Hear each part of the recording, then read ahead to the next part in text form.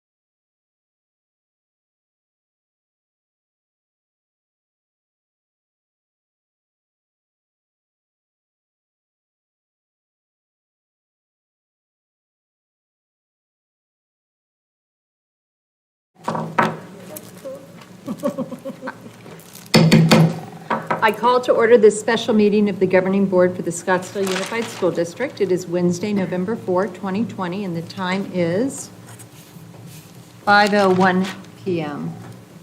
All rise, and Vice President Beckman will listen the pledge. Allegiance to the flag of the United States of America, to the republic for which it stands, one nation, under God, indivisible, with liberty and justice for all. Thank you. We'll have a roll call, starting on my right. Jan Michael Greenberg. Sandy Kravitz. Barbara Perleberg. Patty Beckman. And Allison Beckham. All 5 governing board members are present, and we have a quorum. We'll move on to approving the agenda. Do we have any changes to the agenda tonight? I do. I'm requesting that we pull action item 6C, the anti-vaping resolution. I understand that we have some board member questions, and I would like leadership to get those answered before we proceed. I look forward to a resolution being on a future agenda, whether it be this one provided by Tobacco Free Kids or one that we draft as a district. As a high school parent, I know very well the effects of vaping on our children. I've always felt very strongly about taking a stance against vaping and the flavors that entice our children. While we are rightfully focused on the best path to providing our students an education in this COVID environment, please note that SUSD had 187 discipline actions in 2019-2020 school year that involved vaping. I will close by saying I'm heartened to see that there is a WebEx meeting brought by SUSD and the Arizona Attorney General's office on November 10th at 6 p.m. Please contact SUSD leadership if you'd like more information. Thank you. Any other changes? Board Member Kravitz. Can I just ask a question? Why are you pulling it? There are some questions that board members had. I had one, but you answered it, so, but I didn't know if we wanted to discuss it during the. I think maybe we'll talk about it as a discussion item or. All right, thank you. We might bring it back on November 17th, information discussion Right. item with So that we can possibility get of an action. the questions answered. So, thank you. If there are no other changes. Sorry, I do. I'm trying to pull Board it Member up. Kravitz. Does anybody have a paper copy? There was a, sorry, it's okay. I'll take it. I just, I didn't know whether I should pull it now or, and it's not because I disagree with it, I just wanted I wanted to discuss the COVID specialist position to give more understanding of what is involved. Okay, and so that is going to be consent item. I think we should. 5B. 5, Give more information to the 70? public about. I'm looking at an old agenda. Yeah, 5B is what I have. 5B now? Okay, so 5B. All right, we will do that. Any others? All right, do I have a motion to approve the agenda as amended? So moved. Moved by Board Member Greenberg. Do we have a second? Second? Vice President Beckman. All in favor? Aye. Aye. All opposed? Nay? No, all opposed, excuse me.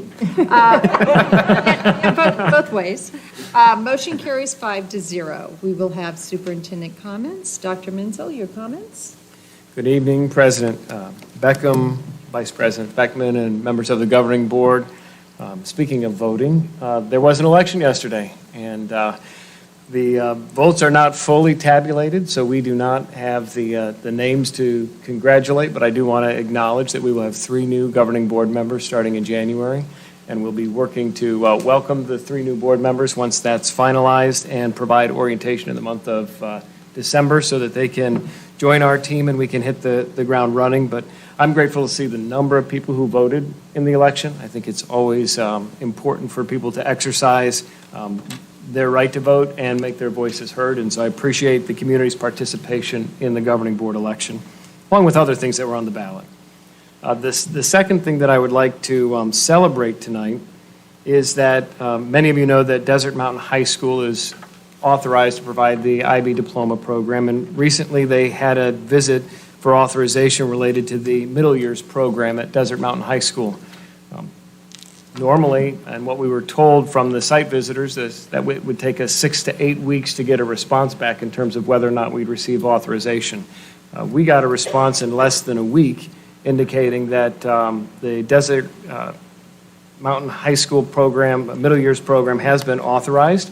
And what we want to do is have a little bit more time at our next agenda to really celebrate the team that did all the work, not only to put the program in place, but then also to be prepared for the site visit. But tonight, we do have to execute a letter of acceptance, and so once we get done with this, I'll sign and ask our board president to sign it as well, and Dr. Hirsch is in the audience, and congratulations to all of the Desert Mountain team for their fine work in making this happen.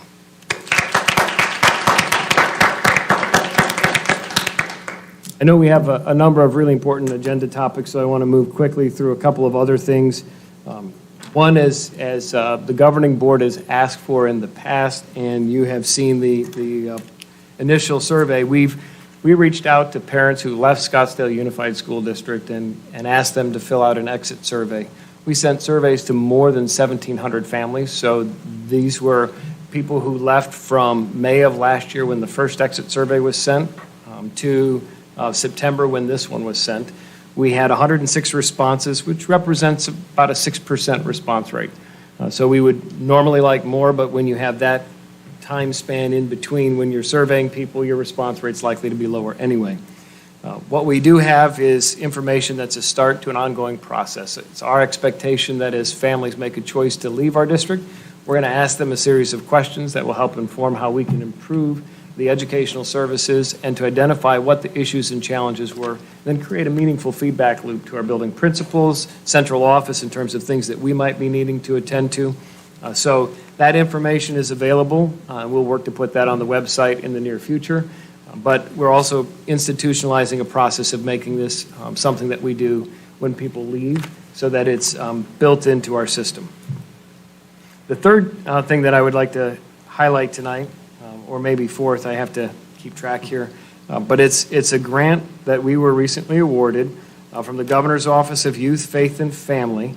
So kudos to Shannon Cron for the work that she did. It's a grant for trauma-informed primary prevention program at the middle school, $182,016. This trauma-informed primary prevention grant provides funding to implement substance abuse prevention programming, the BOTVIN's life skills in middle schools, and enhanced trauma-informed programming, including mentoring, support groups, training, and presentations for students, staff, and families. The goal of the grant is to increase protective factors and build resiliency. So I'm really excited that we've got supplemental resources to support the social emotional needs of our middle school students, and appreciate all the work that Shannon has done to shepherd this process. Another quick update is, as you know, one of the goals that you've established for me is to do work related to the long-term plan or strategic plan for Scottsdale Unified School District. While we're in the middle of COVID, sometimes it's difficult to think about the future and where we're going, but it's really important to have a plan in place that will help guide the direction of the district in the future. This week, we issued a request for quotations so that we can identify an organization that will help facilitate that process as we engage with internal and external stakeholders throughout our community. Those responses will come in before the end of this month. We'll be able to interview those that are most responsive and make a decision before the end of the calendar year in terms of what facilitator or organization we would like to work with to help facilitate those conversations. The final thing for my report relates to ongoing issues with respect to COVID. As you know, we all keep monitoring the data. The numbers in Arizona keep rising. The numbers in our school district are going up. The case rate in particular is increasing. And we've tried to be consistent and share information with respect to our zip codes and how decisions are going to be made related to the benchmarks. And I just want to reinforce a couple of things. It was a surprise to many people when the Arizona Department of Health Services made a change in their guidelines without really telling people. And so we discovered that they said instead of one benchmark indicator turning to red, consider returning to virtual. They said all three. I learned today in a conversation with Maricopa County Department of Public Health, they have modified their guidelines to align with ADHS, but their recommendation hasn't changed in this regard. When one benchmark indicator is in red, they strongly advise school districts to consult with the county health department about next steps. they're still taking a very surgical and context-specific approach to the recommendations. In our conversations earlier today, we were discussing some of the unique challenges between high school environments where if you're at Chaparral or Desert Mountain, you have more than 2,000 students potentially on campus versus some of our elementary schools where you have 300 to 500 students on campus. It's just a different environment. And the health department has been very clear. We want to look at all those factors before we make a decision about what's the appropriate next step. This is important, I think, in part because when the numbers come out tomorrow, you'll see more zip codes in the Scottsdale area, both in the city and in our unified school district, that have case rates higher than 100 per 100,000. And our district will be over 100 per 100,000 when the data comes out tomorrow. That'll be the first week that we're there. The positivity rate's still not going to be over 10%. Those two factors combined would be indicators of even more substantial community spread. But even then, the health department officials said we still want to look specifically at what's going on in a school-by-school building and not make an arbitrary decision that gets applied across all districts. They also reiterated they're not sure that given the way the metrics are framed, that third indicator ever turns to red.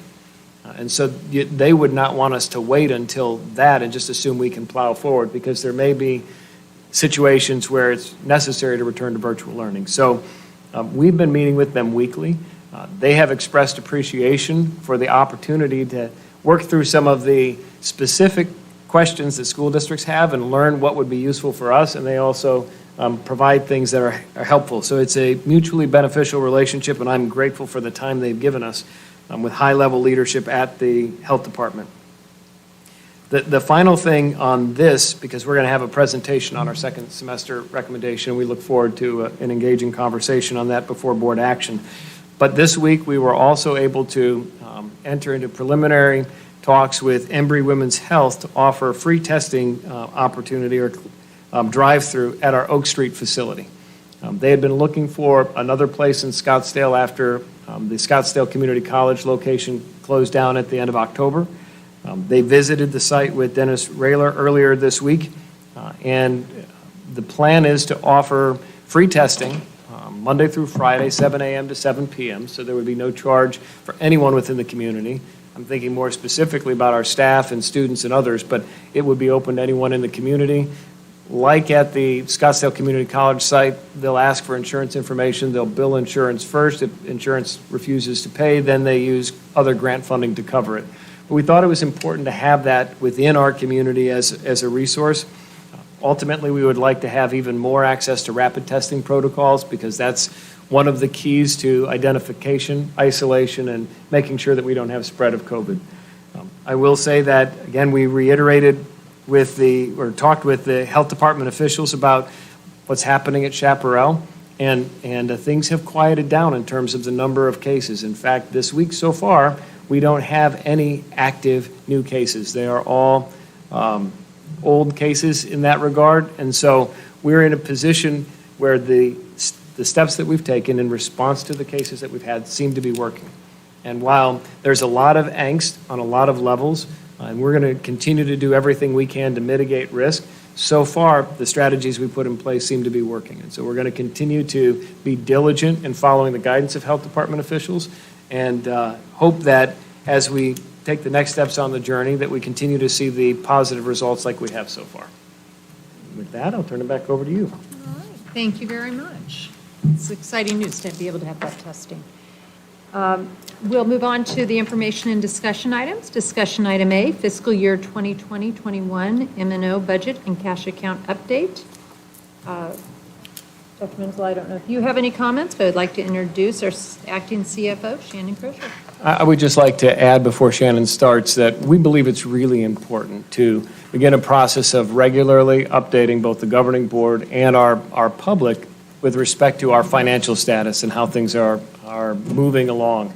We think that sometimes school finance can be pretty complicated and confusing to people, and what we want to do and what Shannon and I have been talking about is creating a process for reporting that makes sense to the general public, but also is part of your stewardship responsibilities as we're monitoring expenditures throughout the course of the year. This is our first attempt. We are also working to secure additional software to help support in the reporting process, but I'm really pleased with the work that Shannon's done to get us to this point and looking forward to the conversation and any reactions you have to the report. Thank you, Shannon. Thank you. Board President Beckham, members of the board, Dr. Menzel, and guests. Like Dr. Menzel said, we're just looking at the quarter one, where we're at with M&O and some of the cash accounts.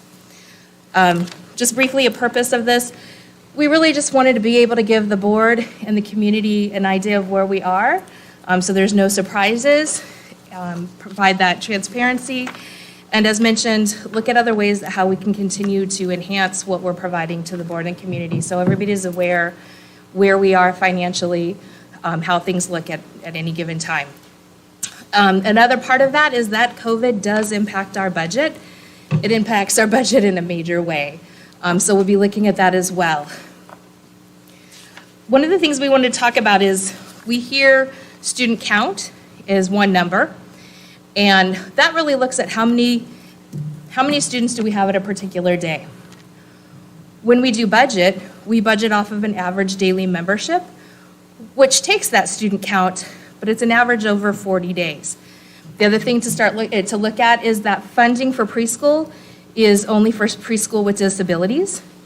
Kindergarten is only funded at half a day, so whereas we count that as a full student, it's only funded at half. And the other big change for this year is Scottsdale Online Learning. That's always been based off of the number of minutes that you log, but we have a significant number of students that are enrolled in Scottsdale Learning, Online Learning, and so their average daily membership is based off of the minutes logged. So when we look at the numbers that we have enrolled there and the numbers that we're getting for our AOI, you'll see there's a big difference, and that's why. This just takes a look. This is the student count. This was information based off of the last board meeting, and it was also what's been posted recently on our website. And as you can see, that's just the student head count. You'll see that the 40th day total head count was 22,039. This is looking at our average daily membership. So where were we when we adopted our budget? Keeping in mind, we adopted our budget when COVID was still in place, but I don't think back in May we were really anticipating we'd be in the spot that we necessarily are now with the distance learning and the number of students enrolled in Scottsdale Online. So when we look at that, we look at where we were the 40th day. I want to point out that even though we passed our 40th day, we have to go off of the numbers that were posted with ADE. Those numbers are posted at the beginning of the month. They literally just changed today with our numbers. So this is based off of the numbers we had for October. So these numbers are going to change some, and they will go down from what we think or what we have here. So when you look at what we adopted and where we're at the 40th day, there's a significant drop in there. Like I said, we're funded off of the minutes, so one of the things we are seeing is that, students aren't logging the full amount of minutes. Does that mean they're still getting the quality education, but we just know that that's not happening, and so therefore that seriously affects our ADM. The other part that goes into that is when we're funded, we get a weighted count. And so this just looks at the various weights. If you're a preschool special needs, one ADM equates to 1.45 with that weight. K-8 has another weight, 9-12 has another. We get additional funding for K-3 and K-3 reading. And then within our special needs and ELL, there's various weights as well. So when you look at the ADM that we have, you apply those various weights, it really takes us down to an estimated weighted count of 26,019, which puts our loss even more than the student count and more than the ADM. But that's the number that we're funded off of. This just looks at our funding formula, so our weighted count based off of that is 26,000 with our base support level, and then we get an additional multiplier because of our TEI, our teacher experience index. That puts us at $4,480 per student. We get funding for our audit, we get funding for transportation, so that's where we get to our revenue control limit of $124 million. When we did our adopted budget, our revenue control limit put us at $137 million. Right now, we're looking at about $124 million, which gives us a variance of $12,600,000. We did carry over more from M&O. We did that purposefully, knowing that we were going to have higher expenses, so that helps us out. The distance learning reduction, and this is a very rough estimate because we're still working on that with ADE. Because we're doing distance learning, like SOL is funded at 95%, distance learning is also funded at 95%. So what we have to look at, and what we'll be working with Dr. Bachna's office is, there's estimates and weights that you do based on how many days were everybody enrolled in distance learning, how many days were partially, how many minutes were we doing with those different varies, and that will determine a percentage that they'll reduce that from. I took this based off of the state provided a estimator for the Enrollment Stabilization Grant, so this is based off of that figure. I anticipate it being higher, especially depending on what we end up doing for the rest of the school year. Thankfully, this year, we have the Enrollment Stabilization Grant. That will fund us with the 98% of where we were from last year's ADM. So that's going to be a huge help for us. That's an estimate of what we believe that's going to be based off of those numbers. If our enrollment goes, or ADM goes down a little bit more, then obviously that could go up a little bit more. And we'll talk more about that grant and what it's going to cover. But that's basically our saving grace for this year. In addition, 2 years back, we had estimated that we would have a certain dollar amount, $9 million, for carryover. Once the year was done, everything was wrapped up, we found that we had a little bit more than what we anticipated. And instead of pushing that into M&O and just boosting up that M&O carry forward every year, the recommendation from the CFO was to put that to what's called new school opening. The idea at the time being that we have new programs that we were looking at, magnet-type schools that we were looking at, if like STEAM or the Math Science Academy, and that could possibly be used for some of that cost. We took a look at that this year, talked to our auditors, we talked to Chris Cable, who was over at the Attorney General's office, to seek out what would be the best way to utilize those funds, because we realized we want to utilize those funds this year. And based off of that, with new school opening, you have a 5-year. So you can spend that money anytime up to 5 years for a new school opening, or it reverts back to M&O. Based off the advice from the Attorney General's office, the advice was, you can just move it back at any time. You don't have to wait till 5 years is over. So our recommendation is going to be that we move that back this year to help offset the budget losses and the fact that we know that there's going to be increased expenses for this year. So that puts us at about 1.7. Like I said, I think that $5 million is low, and we're going to have additional costs, but that's about where we're at based off of these estimates. This just takes a look at where are we expense-wise with M&O, and where have we been in the past. We're relatively stable from where we have been in the past with the previous months. I will tell you, September looks really large, and there's 2 reasons. Well, September is always really large. There's a reason for that, which is we prepay our medical insurance to the self-insurance trust at the beginning of the year.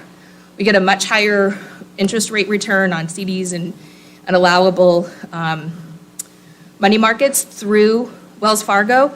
And so it behooves us to do that prepay at the beginning of the year, get that into accounts where we can actually make that money work for us in our self-insurance trust versus just sitting in M&O and not really gaining anything for us. So we prepay that for the whole year in September, which is why you see those really large dollar amounts for September.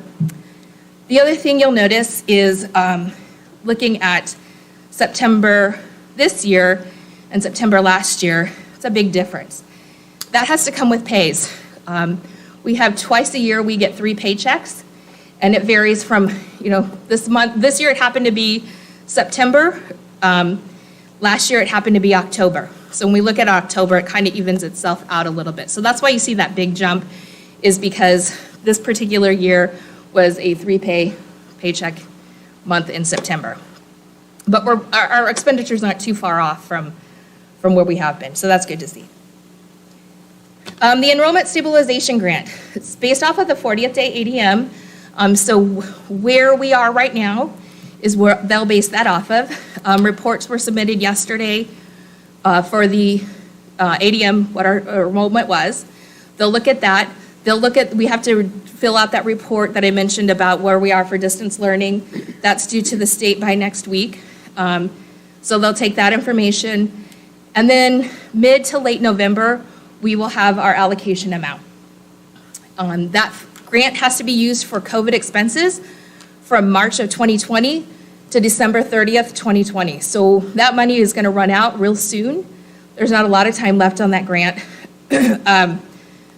But one of the things that's really good that changed, because our fear at first was, how do I find that much money in COVID-related expenses?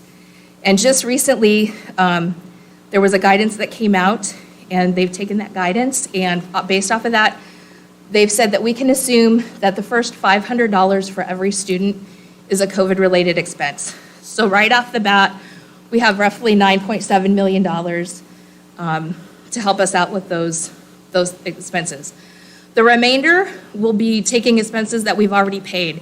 There are things that we know that we can do. We've moved Dr. Thuman to Seoul. We know that we can take his part of his position. We know that we've spent considerable amount of money on supplies and other COVID-related expenses that we can move to that. So I feel comfortable that we can cover what we need for expenses between March and December to make up the entire amount that we should receive for the COVID expenses. And then, like I said, that'll be announced in late November.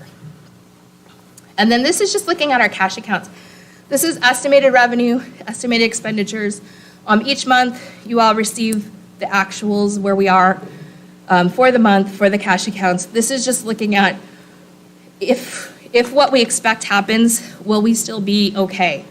And the answer is yes. You can see that those ending balances in some cases still exceed our maximum amount based off of revenue. So we should continue to stay within those balances and actually still have more that could go to those down the future if we needed to. So with that, do we have any questions? Thank you, Shannon. Do we Yes. have board members with questions? Vice President Beckman. So I know it's technology, but can a case maybe be made for our cameras or some of our technology? Absolutely. for our- One of the things that we purposely did is we moved all of the computer expenses from last year back into this year. So if we needed to, that's a capital item, Right. but you can move capital budget to M&O if we had to. So absolutely, some of the purchases that we're doing, we could, if we need to, claim those. Instead of having it come out of capital, we could move that over to the enrollment grant. That's what I thought. Okay, thanks. Any other questions? Any questions on the format that was presented tonight? The format? The format of the Is presentation? there something else that you would like to see different, or? Or Oh. was there something that you thought was well done and that you want to keep for the next quarter when we go through this process? Okay. Board Okay. Member Greenberg. I did actually very much like the format. And I think it's important that we explain ADM because oftentimes when we work with the public, they don't understand, one, not just the ADM system, but also the weighting. And I don't know how many board members have looked at the weighting sheet. Obviously, if you saw in the special education section, one of the weighting is 0.003, which is where the vast majority of our students fall in. And there's a reason why it's 0.003, because that's where the vast majority of our students come in. So I actually think it's very informative, and it's good to have that refresher and reminder about all of that. I would have to think about additional stuff I might want to see, so I can email it later, or I'm sure my colleagues have some very good comments. But thank you very much. Board Member Kravitz. I would just add, or it's just a suggestion, don't have to listen to me, maybe a slide with a glossary so that people know what MIPS stands for, what indirect costs are, so that the public. Absolutely. Someone could be logging in for the first time and they're like, what are those fees? And it's hard to keep track of them as, I mean, you There's don't a work with them lot. every single day like you do. Thank you. Absolutely. Great suggestion. Vice President Beckman? That is a good suggestion, thanks. Kind of extending on that, the cash account page, I think we were all part of the process when he made them in Max's, Jeff did, and just kind of like a quick refresher, like once a year especially, so that new board members, et cetera, understand why we did 25% of a year's worth of revenue and 2 times annual revenue for the max, and what's actually in indirect costs, and just kind of a quick refresher so that you don't just see, look how much cash we have, why aren't we spending it, Absolutely. Thank you. Anything else? All right. Thank you And I very look forward, hopefully for the next quarter, we'll maybe have a new tool to add a little bit more to this, so. Well, I will say, I don't want it to come across that we are getting this grant and we are just searching to find ways for No, we are not. expenditures to put it in there. And so I just want to reiterate, there are a lot of expenses out there.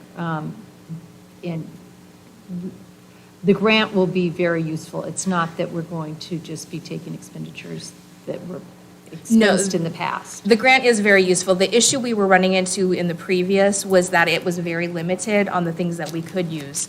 So whereas we needed it for teacher salaries, really, that wasn't going to be an option. And so that's where we were really having a struggle of, we have a lot of money, but what can we specifically, in that short time span, use it for? So the fact that they are giving us the first 500 per student is of huge help in being able, but we have lots of expenses for these types of things. It was a little difficult at first to find them. They had really made it specific to what you could do, and so that was making it more difficult for not everybody. It wasn't just us looking at it, but so that first 500 per student really makes it so that we can utilize this the absolute best way that's going to help us out. And it wasn't for salaries of existing, it's just that we hired additional They- teachers, we have additional subs, we have additional expenses for classroom supervision, and also that there was the limit of, you need to account for it by December 31, even though there'll be lots of expenses beyond that December. Yes. So I That's- just wanted to add that. Yeah, absolutely. Thank you very much. Thank you. Okay, we will move on now to consent agenda. Do we have a motion to approve the consent agenda as presented? So moved. Board Member Kravitz moves. As amended, as Oh, it's amended. amended. As amended, Sorry. thank you. Do we have a second? Second. Board Member Greenberg seconds. All in favor? Aye. Aye. All opposed? Motion carries 5-0. We'll move on. Oh, we have a consent item that was pulled so that we can discuss it. Consent item 5A. B. B, 5B, thank you. The COVID specialist position approval, and Board Member Kravitz, you pulled this, so if you could please clarify. Oh, why. sure. I We'll think talk that this about is it. a very important position, and hopefully it will be a time saver for our administrators. So I just wanted the superintendent to address that, because I do think it's important, and hopefully it will free up some time of our administrators on site, and also at our district offices. It's not an additional position, it's a transfer of a position, so we're not hiring an additional person. Is that correct? So we actually are posting for this position. we are We posting. decided to move. We contemplated transferring. We're in a position where we will, the recommendation, if approved, is to post and hire. My mistake. I'm hoping that we don't have a COVID specialist as an ongoing position, but certainly for the balance of this year. And to your point, there is a lot involved once we get notification of a reported positive case of COVID, whether it's with a staff member or with a student. And building nurses, if it's a student, are the ones who begin the investigation. And there's a lot that's required in terms of documentation, and then engaging with the Maricopa County Department of Public Health. If it's a staff member, Amy Goff in HR has been doing a lot of that work. And some of that work will still need to continue with our staff. But by having a person, I would essentially call it a quarterback position. This is a person who can help direct the effort to make sure that our communication is timely, consistent across all of our buildings, be that resource for building principals if we have a case and they're like, "But I don't know that we've had one quite like this before, what do we do?" And so what's been happening is we've been tag teaming it. So kudos to Dr. Sakos and Dr. Hagegod and our nurses, our lead nurses, Leslie Sharp and Renee. They've been doing phenomenal work, but we really need a single point of contact to kind of help bring it all together. And so that's kind of the recommendation. And, again, I hope we don't need it for long, but we certainly need it now. Can we use some of the funds for our enrollment stabilization grant to pay for this position? That would be. Or indirect, it says indirect, I apologize. Right, and the reason why, while it would be an eligible expense, we have to have those expenses through December 30th of 2020. Okay. And we're not going to have many expenses before then. Okay, under and one more question. Are seating charts, are those online? So if there is a case in a classroom, that this person can see that information and maybe just check with the teacher? Or, and I don't mean to make any teacher's head explodes by implying we should put them online. I'm just, another thing for them to do, but I didn't know if we currently do that. Yeah, I don't know, Dr. Sakos or Dr. Hagegod, if you want to speak to where and how we're reporting those. Board Member Kravitz, so our student information system, which is Synergy, does have the capacity to have the seating charts within the system itself, so principals can look at that. In addition, principals have gone above and beyond to request the seating charts from all the teachers as well. So when they get a reported case of a COVID-positive student, they're able to immediately look at those seating charts, compare them to the attendance on the date of contact, last contact, and then look at those that determine close contact for the notification of quarantine. Right, okay. Thank you. Anything that we can do to streamline this process, since it is very time-intensive, from what I understand, it can sometimes take principals in conjunction with their teachers and other site coordinators several hours a day to figure this out. Anything we can do to streamline that process, I'm in favor of. Thank you. Okay. Vice President Beckman. What's the criteria for this position? I think it's important to understand whether this position is going to be have more of an administrative focus, or are you looking to hire someone that kind of understands more of the medical side of things, or what criteria are we looking for? So we put preferred as the language in the job posting. So health background would be preferred, but it's not necessarily required. If you have someone who is good at organization, coordination, communication, and pays attention to detail, because the detail matters. We update the number of cases that are active on our website every week. We need someone who makes sure that they're going through and identifying anything that doesn't seem to resonate with all of the known cases. So a couple of weeks ago, we had one number that was 3 times the actual number. You need someone to be able to catch that so that we're reporting accurately all the time. And so attention to detail, communication, a health background helps in some respects, but being able to understand what the protocols are that are required by the health department, and the ability to know when to pick up the phone, have that conversation, and connect with the right people. That's really the critical skill set. And that brings up a question that I have then. Will the COVID specialist have any contact with the students or families? It's possible that they would have contact with student and families, so that's a shared responsibility. The truth is that people within the building have the relationship, and so oftentimes if you hear it from your building principal or from someone that you know in the school, it might be more well received. But I would say that there are likely times where this person might, roll up their sleeves and be engaging in making those contacts as well. So I see it as, this is a full-time, dedicated position to addressing COVID in our district.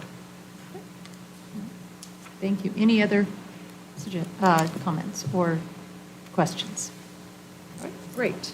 We will then approve this item. No, we will ask if we have a motion. Do we have a motion to approve consent item 5B? So moved. Board Member Kravitz moves. Do we have a second? Second. Board Member Greenberg seconds. All in favor? Aye. Aye. All opposed? Motion carries 5-0. All right. right, we'll move on to action item A, instructional model for spring semester. I know everybody is waiting on bated breath to hear what this model is going to be. So Dr. Guerin, thank you very much for the work that you put in. And I don't know, Dr. Menzel, if you have any comments before. I would, in addition to expressing my appreciation for Dr. Guerin's work and the work of the committee, and all of the people within our larger community that have participated in listening sessions that we had and opportunities to provide feedback, that's been really important. In terms of overall context and framing, there's been a lot of work done thinking about what does the second semester look like. Some of the feedback that we've heard expresses some anxiety, but what happens if? And there are a lot of things that we don't know. 60 days from now when the second semester starts, we don't know all of the answers to those things. We've contemplated what that might look like, and that'll be part of the presentation here. But one of the things I want to just offer to the governing board and to our staff and the larger community is that the recommendations tonight are our plan going forward, but they're not acontextual. That the reality on the ground as we move through the next few months will inform what we're able to do in consultation with the health department, like we've been doing already. So with that kind of as the broad framing, I'm going to turn over to Dr. Guerin to outline the plan. Thank you, Dr. Menzel.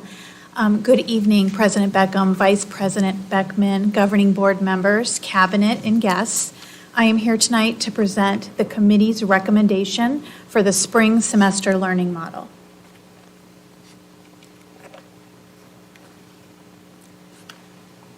I thought I had control of the slides. Maybe I don't.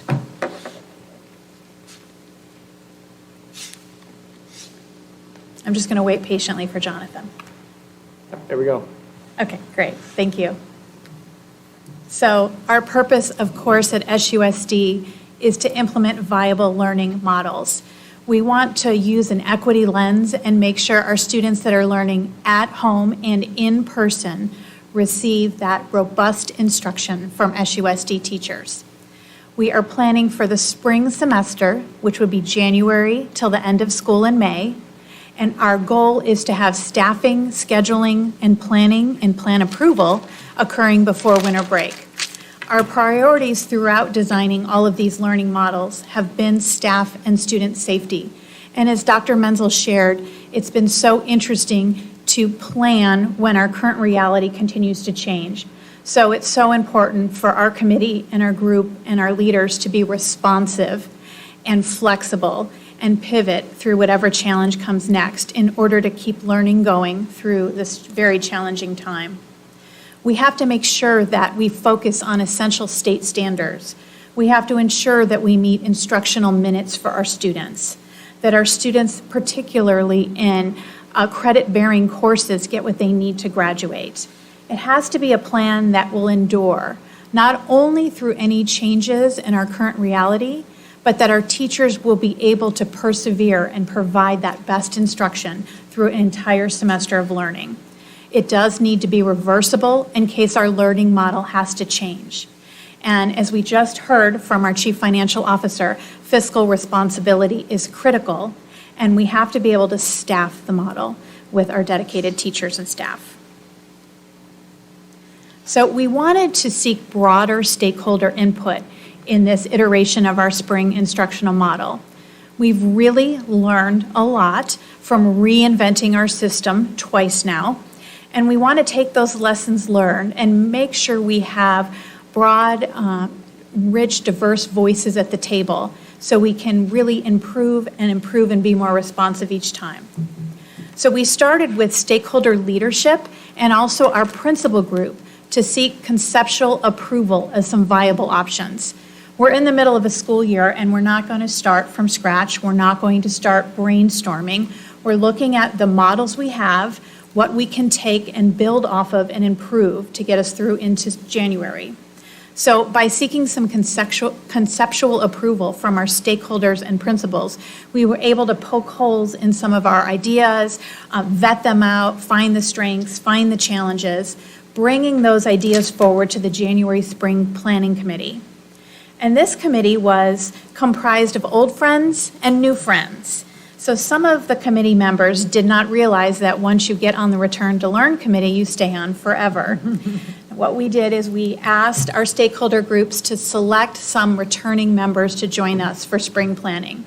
We didn't want to lose that history, lessons learned, all the research we did in the summer on every possible model out there. We wanted to bring that learning forward, but we also felt it was really time to bring some fresh voices, new ideas, and innovations to the table. So it was a little bit of a find a friend, an old committee member with a new committee member, and the group worked so hard, multiple evenings every week, and this was people that they're already so busy, so I'm so grateful to them. And also, Dr. Menzel had some listen and learning sharing opportunities. He met with 2 teachers and 2 parents from each school in a listen and learn opportunity that was virtual.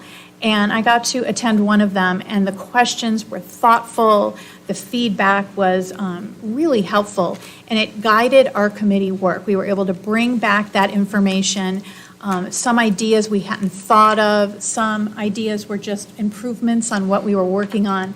So I really appreciate that. We also used a new tool called Thought Exchange, where you send an idea out to teachers and asking, in this case, we asked how to best meet the needs of students that are at home due to quarantine or illness. And we really engaged the teachers, had an enormous amount of response in 24 hours, and really vetted several of our ideas. So this slide looks a little different than original, so I'm so sorry that you cannot see all the stakeholders.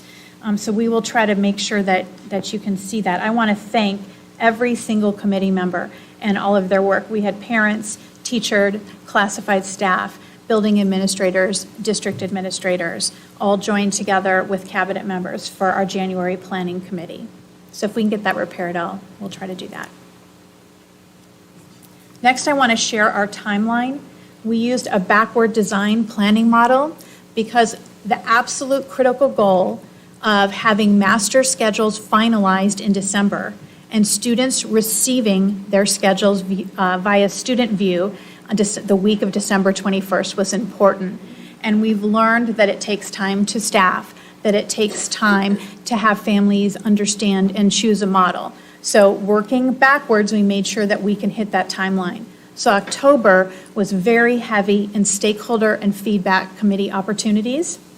We are here tonight seeking your approval of the plans. A commitment form will be sent out November 6th, and there will be more detail about that later. And then it will be due November 12th at midnight. Our committee will continue working.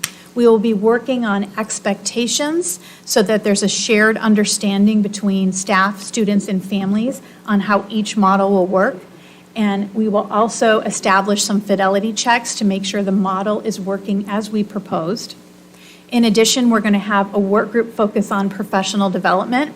While that has been happening fast and furiously to meet the needs of teachers, we are going to bring more teachers in and focus on these specific models and how to provide professional development for there.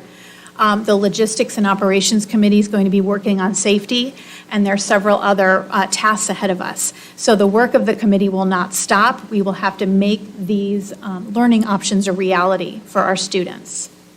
Staffing will begin. Human Resources will lead the way on this. Principals will receive staffing on December 2nd, finalize master schedules, and students will know their schedule as they leave for winter break or just a few days thereafter.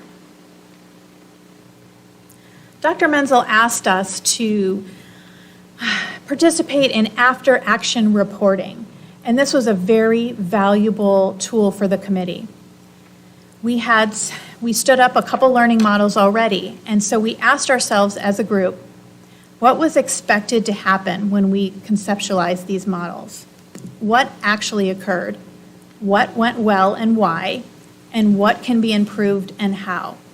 And this is how we took the learning model from before and tried to improve and take what was going well and continue it. So this was really an important experience for our committee, so we weren't starting over, that we were improving and growing with every time we have to do this, and I really hope this is the last time we have to do this. Maybe everything will be back to normal for next fall. We came to consensus on proposed parameters. These were things that were important to us, that guided our work, that were a shared agreement. We felt we really needed to provide 5 days a week in person for kindergarten through 12. Again, we had to have a model that was reversible in case we had to return to learning at home. We agreed that though the elementary teachers are doing a fantastic job, that there are some issues that need to be fixed with that elementary model in January to make it sustainable for teachers to be able to stand it up from January to May. That right to return is so important to our families, that regardless of model choice, next fall, they will be able to have the right to return to their school of enrollment, even if they're open enrolled. So a modeled choice will not impact that. We're asking families to make a choice that will last from January to May.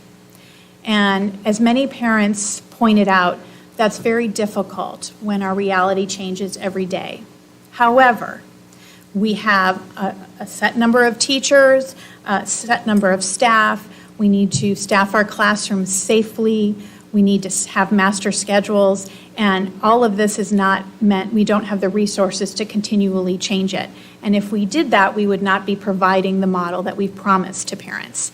So there has to be that ask of families to try to choose the model that will endure for them, but also provide a formal, defined process if a family needs the opportunity to request a model change. So we are also working on that as a committee. And we heard loud and clear that our staff, our teachers, our administrators are working extraordinarily hard to meet the needs of our students during this pandemic. And we need to provide time for our teachers to plan and collaborate in this new way of teaching and this new way of learning. So I'd like to first present the elementary January instructional model. The in-person learning model is the same as it is now. K-5 students attend in person 5 days a week at their elementary school of enrollment. And I have to tell you, to be on the campus, and there were several first days of school this time as we had a staggered approach to returning, the joy in students' faces and teachers as well under their masks was really one of the best days I've ever had in education. So just to really appreciate what we have was wonderful. So that is our in-person learning model. Enhanced distance learning, we, with the natural hybrid, we have an enhanced distance learning model that we is a little bit individualized for different sites based on the number of students that selected it, based on the staff at that site. If you had enough students to have pull a teacher for enhanced distance learning for a second grade classroom at a certain elementary school, you did that. If you didn't, some second grade students could be pulled from 3 or 4 elementary schools in that learning community with a highly qualified second grade teacher. Scottsdale Online supported some students. Some students were live streamed into classrooms. These were all innovative, problem-solving ways to make learning happen, and I cannot express how grateful I am for the teachers and the staff and the students and the families that made this work. But what we found is that when you look at sustainability, making it work from January through May, special areas was a challenge. They really wanted that live PE, music, all of that they normally get in art, speech services, occupational therapy, a resource teacher, everything that a typical elementary has. When you have different iterations of a model going on, it was very difficult to provide that synchronous, robust experience for students. So in order for EDL to endure, we want a more permanent solution that will provide that well-rounded experience for students. So EDL at Echo Canyon will take Scottsdale Online students and EDL students under an umbrella at our Echo Canyon Elementary. So for some students, this really won't feel that different. If I'm a Scottsdale Online student in a second grade class and other students in my class continue to stay online and my teacher is still online, that class could be moved under the umbrella of EDL at Echo Canyon. But we would have our own designated special area teachers, Principal Kat Hughes would support, and gifted services, all of those things typical of an elementary school would be guaranteed. We have blended a lot of EDL into Scottsdale Online, and Scottsdale Online is going very well, and students really enjoy so much of it. But we've taken a lot of the synchronous instruction and pushed it into Scottsdale Online because we feel like that's what's best practice for our younger students. So to have Scottsdale Online with synchronous learning and EDL with synchronous learning, it's trying to stand up two models and staff two models, which is rather difficult. So by putting them together, we can keep the best of both. If I am a second grade EDL teacher and I have students from 3 or 4 elementary schools and I continue to stay online and most of my students stay online, that can also be moved under the EDL at Echo Canyon umbrella, and I would still have my same teacher. It's just providing a focused hub to support and service those students. If I am a live stream student, I may have a teacher change, and my model would look different. Instead of streamed into a classroom, I would have a teacher focusing on students that are at home, not both on camera and at home. So that's the differences there. And we feel like that's the best learning opportunity for our youngest learners that are going to stay online January through May. There were a few specialty programs that we could not serve at EDL at Echo Canyon. Most of them we could, so there was just a few. Language immersion, when you're teaching a content area completely in a different language, that's a real stretch to move it to EDL at Echo Canyon. So the language immersion programs will support the students at home and in person, either using a designated teacher or a live streaming model or a combination of both. Again, those programs are very unique. The other is the traditional schools. That content is different than the typical reading and mathematics content at EDL, and that would be difficult to stand that up there. Comprehensive Gifted Program, our small program is a small program throughout our campus, along with some special education programs. So we're looking at those, and those will most likely have in-person students and EDL students being streamed into the classroom. Again, not every model fits for every program.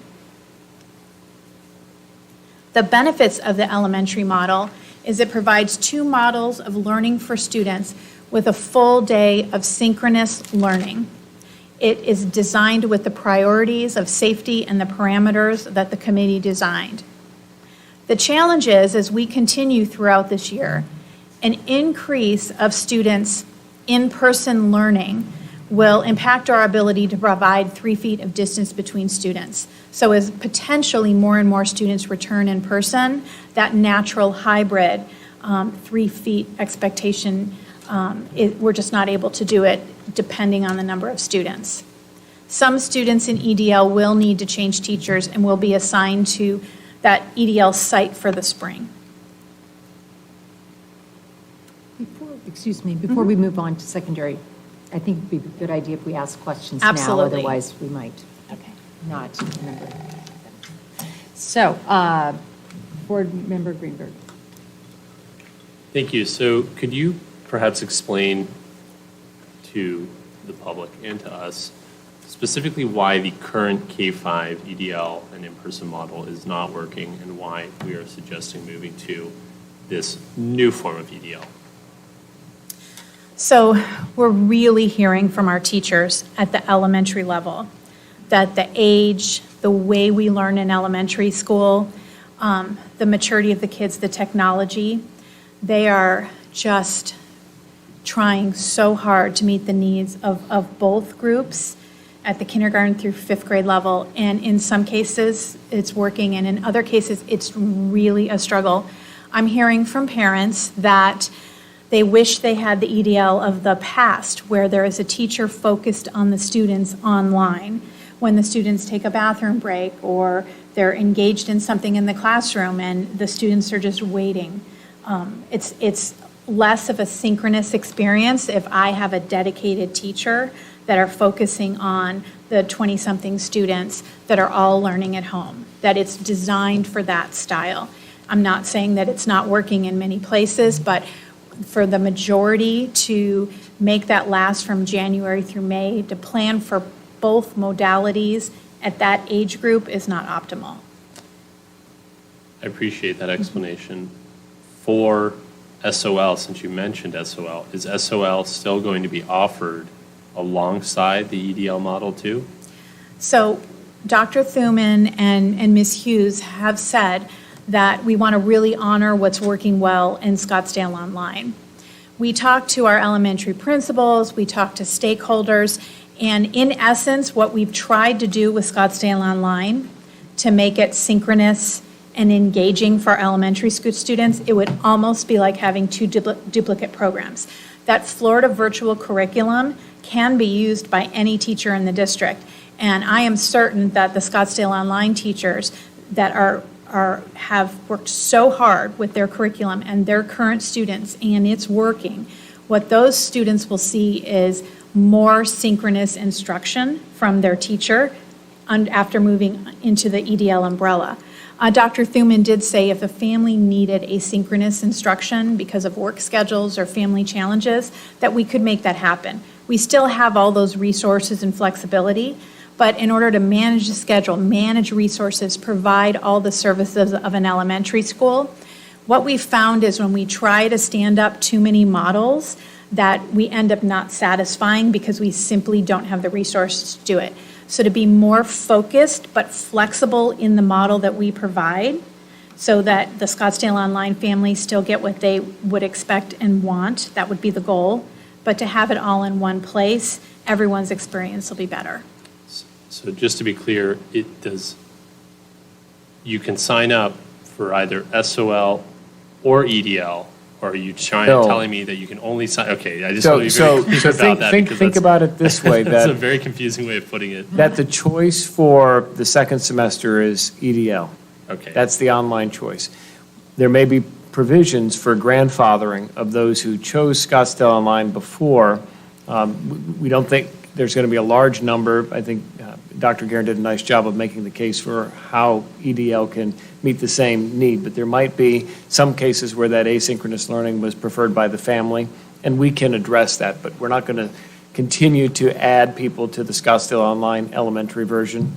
It would be the enhanced distance learning. Sorry, I apologize. It's just because the reference to the model of SOL and combined, it just wasn't clear to me that specifically your choice is in-person or EDL. On that note, we have received a couple emails about the special programs that couldn't otherwise be done in EDL. So I appreciate the fact, for example, the language immersion at Pueblo, that there's going to be a system to still accomplish that for these families that choose EDL. I guess my last question, and it comes down to the membership of the committee that came up with this and the parents specifically. I agree that the three model system is not working, so I'm glad it's just one model. But I also appreciate the fact that the EDL parents many of them maybe have already changed teachers midway through. Is there a concern, again, about potentially shifting students, now that they've settled in this, to yet a potentially third teacher at this time? And what were the parents' views on that from the committee? So I'm very hopeful that won't happen for a couple reasons. So when we shifted, though it could, but I think it would be a very small minority. So when we shifted to this natural hybrid, and I was a second grade teacher and I had students from several different schools, as long as I'm still teaching online, and we can keep those students with that same teacher and add other students. Now, the only reason that might change is if a ton go back to in-person and we need one less teacher or something. But for the most part, we should be able to just shift all under EDL at Echo Canyon. If I'm a student that's streaming into a classroom, I most likely am streaming into the classroom that I started EDL with in the fall. I haven't made a switch yet. So I'm not minimizing the difficulty of this. It has been extremely difficult to make these changes. Staff don't want to leave the students don't want to leave the teacher. The principals have been so inventive, and teachers, on keeping contact with students with the homeschools. They've been sending me emails with all of their ideas on how they're doing it. But I'm hoping that would be a very small amount of students. Okay, thank you. Board Member Kravitz. Thank you. I don't mean to be repetitive, but I probably will be. So, just to be clear, the EDL at Echo Canyon is a function of administration, not physically moving teachers who are not at Echo Canyon currently Right. to Echo Canyon. If there is enough, there are enough students at one school to stay with a teacher, they will, because that kind of goes to my question, why don't we have a teacher at each grade level teaching EDL? And that may happen, as I understand it, but we cannot guarantee it. So But- that was the thought with the natural hybrid, and we didn't know how it would work out with the numbers. And it just, there wasn't enough EDL So students. it's a function of aggregating students because there aren't enough at each. And we're lucky to have smaller elementary schools. That's what's wonderful about them, but that, to have the numbers work out exactly, that I have 2 in person and 1 EDL. That's why we ended up combining students, and, there was a first choice, a second, we tried to make it work with the number of students selected. But it's true, if I teach at Laguna and I'm in my classroom and I have all of my things and my room is not needed at Laguna, I can still teach from that classroom virtually. My students might be some from Laguna, some from Right. Anasazi. All of that won't change. What will change is that I'm going to be at this virtual school. I'll have more support, specific professional development and engagement with other teachers that are teaching in my model. I will have the resources and staffing and specials, all that we give to an elementary school. Okay, we are asking parents to commit for a full semester, again, correct? Yes. If we are aggregating students so that we have specific teachers teaching EDL and they're on camera, do we still need as many cameras? I know we're going to be asked to approve more cameras. Have we looked at the number of cameras that we're going to be asked to So as I approve? get further in my plan, you'll see how important cameras are. I mean, I know that Yeah. there will be students missing days, but I'm For the just. quarantine We don't students, need as many, absolutely. again, let's not have them sitting in a warehouse. So, No, of course not. let's see. I think those are my questions for the elementary instructional model. Thank you. Thank you. Vice President Beckman. Okay, we kind of jumped over special education. We missed that, and that kind of supports my question. I don't think we spend enough time talking about special education in this environment. In fact, I would request at some point we dedicate more of a discussion item to how we're meeting the needs of those kids with 504s and IEPs and whatnot in this environment. I've heard a lot from some of our, for instance, our speech language pathologists, and just how we are trying to meet the needs of those kids in this model. What is going to happen with some of those therapies, et cetera, and how are we going to meet the needs of those kids? Are we going to be switching up therapists again? Are they going to be staying with the same ones? What are your thoughts on that? So I do have the Executive Director of Special Education up in the sky, but I will begin to answer it, and then she can either correct me or provide more detail. Thank you, Ms. Rayberg. So for specialty programs that are self-contained programs, very specific, a student spends a majority of the day in that program. Right now, we are either teaching in person or live streaming. There's more than one adult in those rooms. So sometimes one adult is covering students that are in person while the other is supporting the students at home, and then that rotates. Many times there's more than one classroom of a program, so they combine, and one teacher can teach the in-person and one teacher can teach the students at home. So those specialized programs, what we're trying to do is optimize the number of staff so we don't have teachers doing both, but that students are meeting their minutes and support from staff that they know. We know that's really important. And so Ms. Rayberg can talk more about that. What we've asked our learning resource teachers to do at most elementary schools is teach students in front of them and live stream.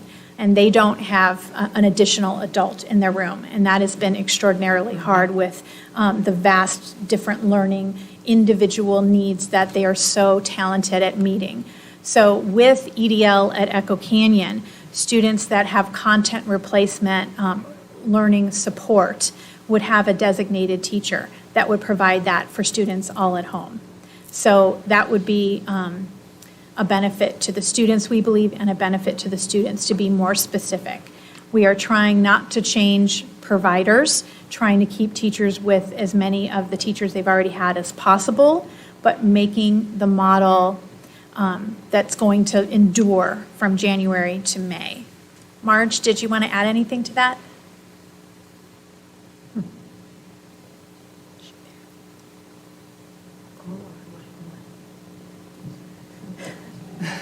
Does that answer your question?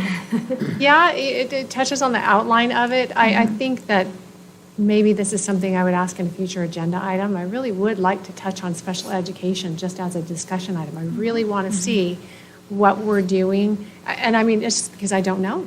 I want to hear, how we're meeting those needs, what the plan is, just a broader discussion because it's, we're legally bound to provide these services. And, I just would like a little bit more of a broader discussion about it. I would love to do that, and I would also love to highlight some of the tremendous innovation that teachers are finding a way to meet the needs of students. So, yes, I would love to do that. Board Member Kravitz. Can we go back to the after-action reporting lesson learned slide? Sure. Thank you. I know that you have mentioned some of the things we've learned during your presentation, but it's kind of like we kind of glossed over that. So I didn't know if there was anything that you wanted to add, like what we expected to happen, but what didn't happen. Like, I mean, I know like at the high school level, we expected we'd have kids in the classroom and fewer online for EDL, and that didn't quite pan out. So I didn't know if you had any additional thoughts you'd like to share. So about that. we really made this a brainstorming session, so I have a ton of feedback from different stakeholder groups that were asked these questions. So we certainly can compile and highlight. But some of the big ones, what was expected to happen, we in some campuses, more students came back to campus than we originally thought they were going to. That once that started, everybody really missed it and wanted to come back. So that was something that actually occurred that wasn't necessarily expected. What went well, the mask wearing from the students and teachers and staff K-12. I mean, and speaking of special education, we thought that there was going to be many more challenges with mask wearing in some of our specialized programs. And with teaching and creativity, majority of students found a way. So that was really exciting. What actually occurred, students are social. It's very hard to keep high school students apart. So that, you can put them far apart in a desk and then they congregate socially. So I have one of those myself. So those are just some of the lessons learned. But for the elementary model, thinking that the numbers could support standalone EDL teachers and in-person teachers didn't work as well as we had hoped. I had this vision of there would be enough spaces in the special area schedule to support the EDL students and the Scottsdale online students. And you can talk to any special area teacher at the elementary level. And our fine arts coordinator is teaching 600 students special areas right now. Certainly, we're just all hands on deck trying to fill in the gaps of the model. So that was another lesson learned. But again, such talented staff finding a way to make it happen. Thank you. Mm-hmm. Board Member Probert. Thank you. So I'm very appreciative of this model. I really respect the fact that it seems to take the 2020 hindsight that we have now and we've had for a few months, understanding that we need a strong, solid online model to help the needs of, and keep those students learning, and we need a strong, solid in-person model to help the students who need to learn in that model. I think it respects that and understand the logistics and the issues, but even anecdotally, what I've heard about even the online experience of Seoul, where some of students leave the online classroom to go to the specials for their homeschool, and then the learning kind of stops, and then other kids are out at another time to go to their homeschool specials. We know that that's just not ideal for online learners. And so I'm very grateful for that. And the right to return, obviously very important for our students. You still want to hold on to the school that you choose. For our teachers, what can that concept mean for them? You mentioned like a Laguna teacher may end up in this EDL model,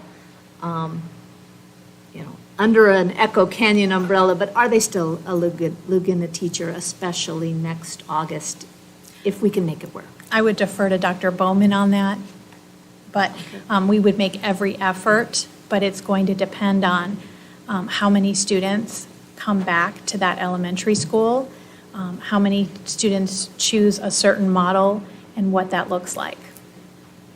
Right, I'm almost talking like beyond, like next August. Well, and that's been our commitment, is that provided there are spaces available, so you get priority to go back to the school that you were in, if you were either in Scottsdale online, we said this in the fall, or teaching EDL, when we return next fall, and hoping that COVID doesn't have the same kind of impact on us, that teachers would return to the building that they left. There could be cases where a drop in enrollment meant that there wasn't a position available, but that's a bridge that we have to cross when we get there, but the priority is to put our teachers back to where they were. Right, so that there is, in essence, that placeholder. Yep. Even though it's called Echo Canyon EDL, basically. Okay. All right, thank you so much for all the hard work. Board Member Kravitz. I just wanted to point out, that can happen anywhere where a teacher, under normal circumstances, if there's a drop in enrollment in a school, we ask teachers to, before we move them, we ask if there's somebody that wants to move first. So we already have that in the Right. policy. Thank you. I do have several questions. One being, can you explain, if I am a second grader and I choose the EDL program at Echo Canyon, what my day looks like? So you would have, your day would begin at 7:45, and it would run through 2:20, and it would be just like the EDL schedule you had before we came back in person. So it's a dedicated teacher working through the content with the students, with special area embedded, of course, at that specific grade level. So really, when you think about when we were all at home, that's the enhanced distance learning model, a teacher dedicated to the students online in that select class. So if I've never been in EDL and I'm in person and I feel that, the numbers are going to go kind of crazy in the spring, and so in January I want to go to EDL and I'm not used to it. So I'm going to wake up at 7:45, hopefully get out of my pajamas. My parents going to sit me in front of the computer, and at 7:45 I go through the entire schedule just like I was in school. That's right. Will it With some be- wiggle breaks. Wiggle breaks, right, Yes. right. Well, just like you would in regular school. Right, exactly. And They'll still you be will in their get that PJs. schedule, I take it, before school starts, just like, well, you usually get it as a syllabus, and it's online, maybe that'll be, obviously that'll be the same. And so is it a live camera? Is it just maybe one class being Teams, one being live, one being some other platform, one being No, it is something synchronous. else? It is synchronous instruction. So, the teacher is going to be engaged with the students. Now, certainly I could, like in any class, have a PowerPoint or have the students working, searching the web, but I am there with the students.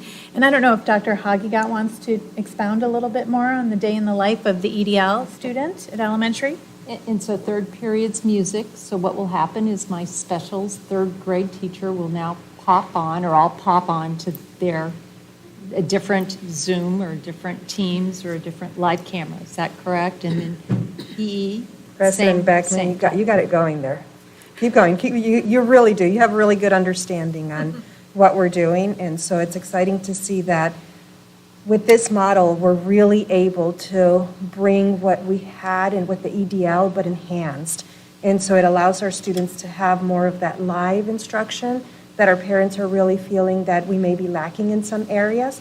And so I think that the connection and the ability to not have to concentrate in two areas is really going to help with what we're doing with EDL. So Echo Canyon students would be able to have a teacher that is really devoted to their learning in a virtual setting and is able to really accommodate for the different breaks, the different instruction, and the different interventions and even enrichment.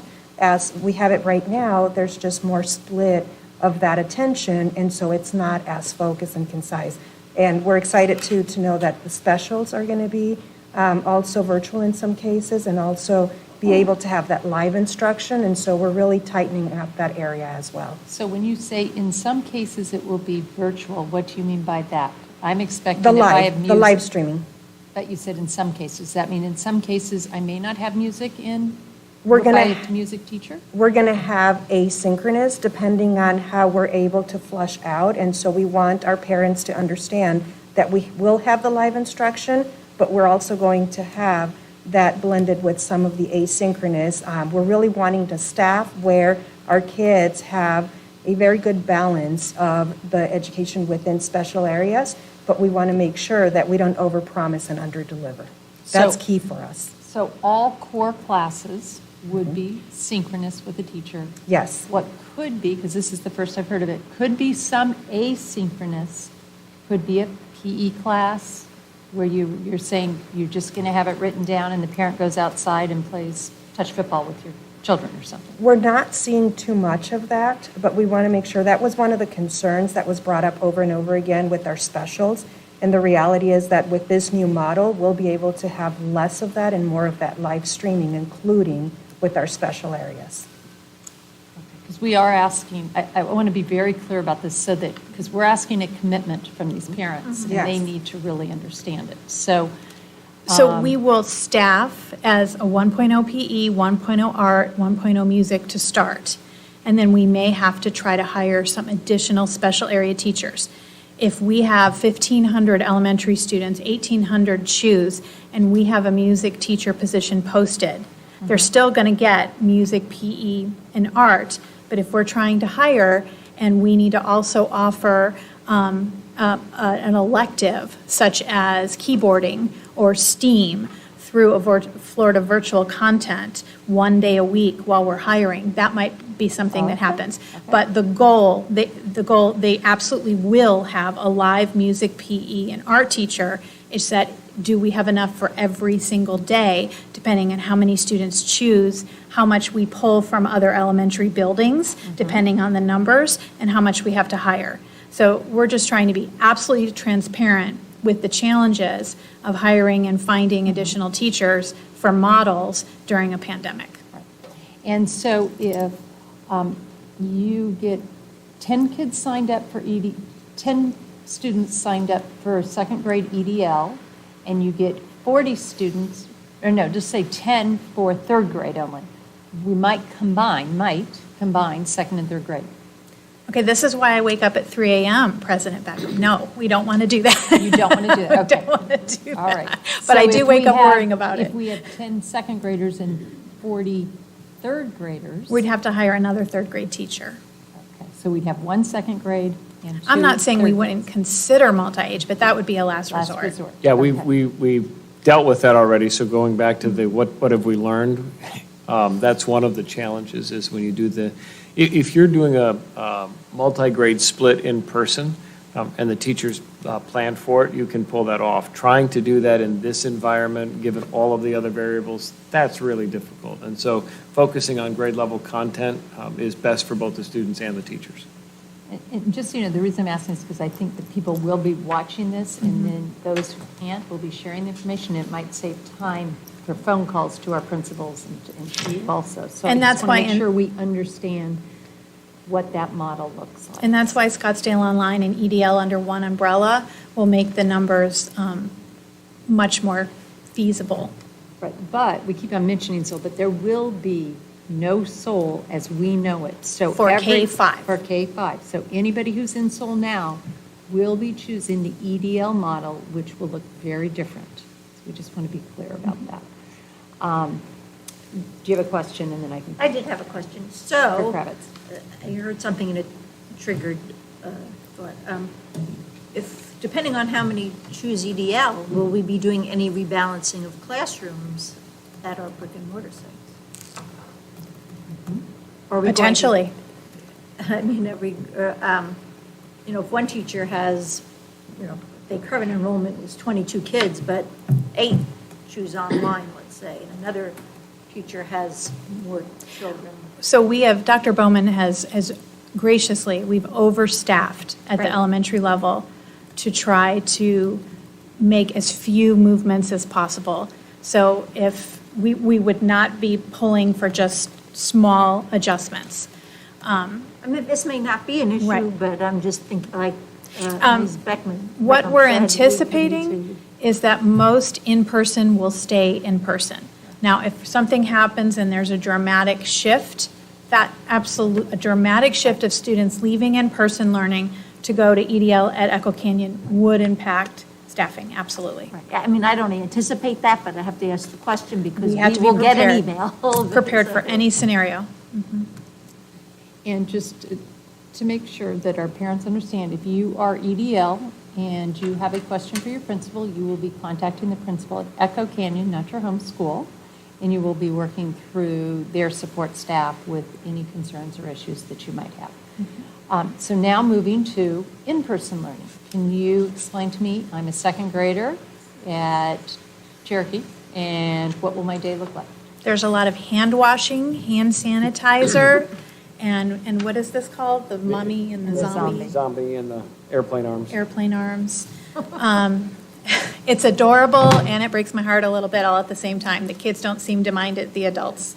It makes them a little sad. But it's what we're experiencing in our everyday lives. You know, that when you go into a store and it doesn't look like it normally does because there's certain areas that you're not sitting at, that in the cafeteria, they're facing a certain way and there's a certain amount of room in between the seats, and now we have outdoor eating as well. We're optimizing all these different options. That instead of collaborative desk seating and creative furniture, it's facing forward with a certain optimal distancing apart. So everything just looks a little different. There's still the student engagement and the teachers and the curriculum and all the things that we normally experience.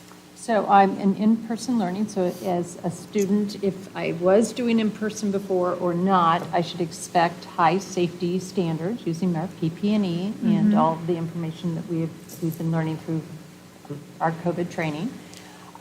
I will be starting at 7:45, sitting at my desk. with Well, my depending mask on the on. school start time. Oh, okay. Yeah. You're right. I think Cherokee's 8:45, isn't it? So 8:45 at Cherokee, I'm sitting in my desk with my mask and my hands in my lap, and they're all clean as can be. And I will be learning from the teacher. And then just doing that schedule that I got online every day. All of a sudden, I'm not feeling well, and I have to be quarantined for 2 weeks. What will happen to me as the student in Well, second grade? I do have a slide on that. Okay. But, Do you want to hear it now? Yeah, I think it would still be Sure, behoove us sure, to talk about sure. it since we're talking about elementary. yes. Absolutely, absolutely. So we've really talked about elementary and what would be best for students if they're home for 10 to 14 days or even potentially longer. And we want to keep them connected to their classroom. So the plan is to put cameras in all of the classrooms, and a teacher wouldn't be turning on the camera if a student has a dentist appointment. It's for students that are quarantined 10 to 14 days. And so the teacher's not live streaming every day. We understand that EDL at Echo Canyon is the model for students from January through May. This is for temporary quarantine situations. You would live stream into the classroom. If for some reason that's not available, and there's multiple students quarantined in first grade, we could gather them together, and then the teacher next door would be the one doing the streaming. But the first plan, the first choice would be that I would stream into my school, my classroom, my first grade classroom while I'm out ill or quarantined. And who will be making that decision whether or not that teacher live streams or not? So we're working with site principals to optimize that. The committee agreed that that's the first choice, but we never want to guarantee something 100% across the board in 29 schools. But the principals will be looking to see when we can optimize that. I think that would be the standard. Okay. But there is the possibility, it sounded like, if I'm in Mrs. K's class and it's not going to be live streamed, I could get Mrs. J's class next door to live streaming? That would be the exception rather than the majority. The standard plan is you get your teacher. So let me Explain that. frame it a little bit differently. When a student is out 10 or 14 days, and 10 days is if let's remember how this works. 14 is if you're close contact, and that's how long you have to be out for. If you are exhibiting COVID-like symptoms, you got a fever or you got one of the others that are listed on that brochure, you're supposed to stay home for 10 days. If you come back with a negative COVID test, you can return to school as long as you're fever-free for 24 hours, right? So the 10-day period is based on that other, you're exhibiting COVID-like symptoms. We don't know if you have COVID or not, so that's the 10-day period. The 14 is if you're a close contact, just to clarify. So then, if I'm at home, if the student actually is sick, their ability to participate may be significantly limited. If they're asymptomatic and they're just required to stay home, they can participate. The expectation in this environment is that they're not falling behind in their coursework. It's not necessarily that they are engaging in 6.5 hours of instruction the whole time, because some of that may not even be relevant for them. They could be more productive following up on some assignment in order to support the learning. But when you're getting core content instruction, you need to be prepared for that. That's where the technology comes into play. If for some reason there was a classroom where we weren't able to do that, you might be able to have that available for students in a recorded format or dialing into a neighboring classroom's environment. But because of the relationship between the student and the teacher, we heard loud and clear from the parents, they don't want their kid going from a student, their teacher's classroom to some other EDL classroom, and the teachers don't want it either, because it's equally disruptive when you've created a classroom culture. Now you have someone coming in that doesn't know anybody. They're there for 5 to 10 instructional days, and then they go back again. So it's, how do you not create the burden that our elementary teachers have when they've been trying to provide instructional support for both, recognizing the standard is you want the students to be able to stay on top of the core content, but the teacher's not expected to be able to provide equally robust learning for the student who's quarantined and the kids that are in person. It's a different level of engagement designed to keep the kids, current. If we were back 10 years and you were out for, as someone said, chicken pox, which might even be more than 10 years, you'd be given some work to do to keep up, and then the teacher would work with you when you got back. This is a 21st century, use technology to help ensure kids are able to maintain pace with their peers, but it's not designed to replicate EDL at Echo Canyon for those who are online all the time. So that's a very good point. So for what our teachers can expect is it kind of going back to their usual model. If you are an in-person teacher and the student is quarantined, the teacher will be giving you coursework to keep up. So the parent would be expected to come to school and pick it up? Not necessarily. And so most teachers are going to try to turn on their camera, and we have everything in Teams and Google Classroom, and we're still going to, we've moved forward in our innovation and our strategies, so we don't have to go pick up a packet in the office anymore, that all of my resources are uploaded for the most part, and I can access it at home just like when I was on EDL. And so there's a lot of that going on. Today I was in a classroom at Cheyenne where a teacher was teaching her students that were quarantined and a couple other students because she had an activity and a lecture that someone else was giving as well, and this is my understanding of it, so I hope I'm getting it right. But she had the camera, she had a Surface Go, so she was able to walk around and collaborate. And so it was thought that that lesson would be optimized in that room with all those tools. She had multiple technology tools. So I don't want to take the bat out of their hand when there's a reason for it not to be the homeroom teacher.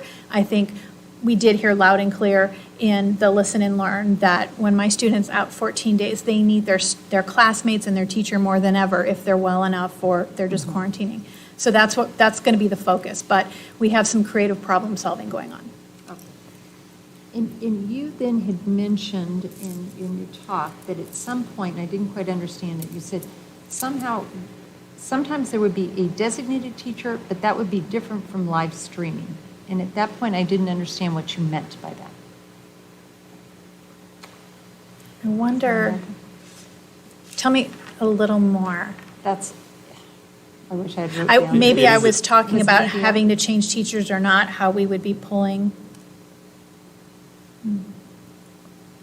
I think you said there could be a designated teacher. Oh, I know, Instead of live I've got it, streaming. I've got it. Thank you for your patience.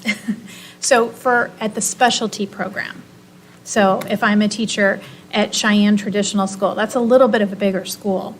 So when I talked to Principal Strombos, she has in some grades a designated streaming teacher, and she's able to do that. So, I'm sorry, a designated EDL teacher. So in that grade, the teacher's not doing both, is not doing students in person and streaming to students at home. We've got 2 or 3 teachers for the students in person and 1 EDL teacher just teaching the kids at home. It's a little bit of a larger school. The numbers worked in a particular grade level, not all grade levels. And so that teacher doesn't have to do both. They were able to peel away a teacher for that grade levels at home students. And so that might also happen like at a Pueblo, which has the Spanish immersion also. But it doesn't unfortunately work at every Right. grade level because that, Okay, so then, I'm going to kind of go through, you talked about special ed. So just 1 minute. So I want to talk, one of the issues that has come up from parents as well as administration and teachers is this movement back and forth to EDL. All of a sudden, no, I want this, that, and it appears that there's a lot of that going on. How are you going, are you going to just have a more, you know what, we're just not doing as much of it this year unless it's got some real extenuating circumstances that make it that you have to? Or will they still see the same movement they've been seeing this semester? so that really has been problematic because if I make a choice and my 3rd grade class has this number of students in it, and I feel comfortable, and all of a sudden, every day, or every 3 days, or every 4 days, another student comes back, another student, the situation changes. The teacher has set up the room in a certain way to maximize the space, the schedule, the special areas. In order to try to do this, there's so much thought that goes behind it to make our safety practices and mitigation practices work. And if we keep changing the numbers, we're not able to provide the model that we want to provide. Yet, as parents have very eloquently shared with me, you have to change your model based on changing reality, so I may have to change my decision. So I want to honor the struggle. I'm a mom too, I get it. But we have to be tight in allocating our resources and building the promise model that we can deliver it with safety. So one of the many difficult tasks that we're going to start next week, I told you the committee was not done, is the formal process to request a model change. And so there'll be reasons why. We'll look at space availability, class size, just like when we, and I don't know if this is a great example, but when we accept a student for open enrollment, we look if we have room in that program, room in that classroom, would we have to hire another teacher and all of that. That will all play into it. So we want to honor families' requests, but we have to continue to support what we have in order to make it sustainable through May. So we're going to ask families to really think their choices through, that it will be one that they will be comfortable with. So what I'm hearing is there will be a difference between next semester and what was allowed. We're going to formalize it and support the buildings in navigating that challenge because they want their families back. They want to honor their students. It puts them in a very difficult position because they only have a certain amount of resources. And so then I would like to talk about the metrics. And I don't know if this is the time because it's going to be true. I think we're going to talk about it for secondary also. But it's really explaining how the district is going to be looking at those metrics and at what point in time, understanding, I heard everything that you said in your superintendent comments about it's not just one factor or one metric, it's a lot of things. But if a school is having an outbreak or positivity rates are skyrocketing at that school, how are you going to be, not how, what is going to make the difference? Because we have now experienced it for 2 semesters, COVID. It's going to make the difference to either closing a classroom or closing a school. And I know parents really want that. So I don't know if we want to deal with it now at elementary or deal with it later when you talk about those schools. I think if we deal with it at the end in full context, it would be better. All right. Okay, and Board Member Greenberg. So, I just want to summarize this. You can choose in-person learning, or you can choose EDL. If you choose EDL, and for both of them, it's a full day of learning. This is a full day of learning. No half days, nothing. It's a full day of learning at the K-5 level. If you choose EDL, administratively, it'll be handled out of Echo Canyon, but the teacher you have may be physically based at Ingleside, Yavapai, Hohokam, one of our elementary schools, okay? That teacher, will that teacher be, apologize, yeah, that's a middle school, I do apologize for that. I apologize, thank you. My bad. If that teacher will be dedicated to teaching that one of those K-5 grade levels. They are not also teaching some other course, okay? A question has come in then separately that this does not impact at all the students who are physically present at Echo Canyon. Right. Right, because this is just an administrative oversight that they have agreed to take on, and I thank them for that. When we talk about special education, it's my understanding that for a number of these special education courses, especially the self-contained programs, those teachers, does anything change for those teachers, or are they still having to teach both in person and electronically live streaming with their students because they have individualized IEP plans? It depends. So, and because we're not moving self-contained programs to EDL at Echo Canyon, just like every typical elementary school does not have every program, whether it be special education, gifted, any of those unique programs. The special education students will be able to support at Echo Canyon are the content replacement resource students. I need help in math, so I'm leaving my classroom to have LRC support from a math teacher. So if I'm in a self-contained program, and this is K-12, Executive Director Reberg is working with the teachers to determine if there's a program with, and many times there's multi-grades in the programs, not just one grade. But if there's two teachers and one teacher would like to support the students at home and one teacher would like to support the students in learning, in-person learning, we're doing that.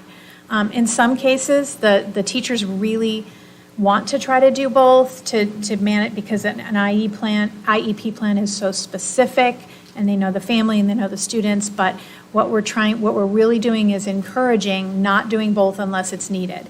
If there's only one classroom of 4th and 5th grade of one program in the whole district and 3 students stay home, we're not going to be able to have 2 staff members. But each self-contained program has para support adults in the program. And so there's the rotation, support from both get a certain amount of IEP minutes from the certified teacher. So I have to applaud the staff. They're doing a remarkable job. But it's certainly not black and white. Right, so the district is attempting as best it can to accommodate that so that they are essentially, they have the same expectations that any general education teacher would have, which is I either, at the K-5 level, I either teach in person or I teach virtually. However, because of resource limitations and the size of those classes, that might not be possible, and they would be continuing having to teach both in person and at a distance. So I just want to say I understand the difficulty here, especially with the resource limitations, and I appreciate Board Vice President Beckman bringing this up because it is such a difficult thing. But we are asking quite a lot of those staff members because obviously, we are dealing with the most vulnerable in our society. We're dealing and helping them the most, and it is very intensive, and the care and dedication they put in is incredible, both the students, their families, and our staff. So if there's any way to help them with that as well so that, they're not being overworked and they're provided the support they need, I think that's very important. Thank you. Vice President Beckman. 2 things. First, yeah, thank you for that. I know in some cases, as you said, you have teachers, therapists, et cetera, that request to stay with those students because they unlike a regular or a general education teacher, they work with the same students for many years in some cases to build that rapport and to make progress. And it's actually almost a disservice to the student to keep changing them because of the, kind of the upset. So I would hope and have the expectation that we would be having communications with those therapists and those teachers in detail to see what is best for the student and then evaluate kind of our resources and et cetera.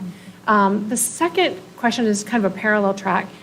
You talked about SOL for, how many K-5 students do we know offhand that are in SOL?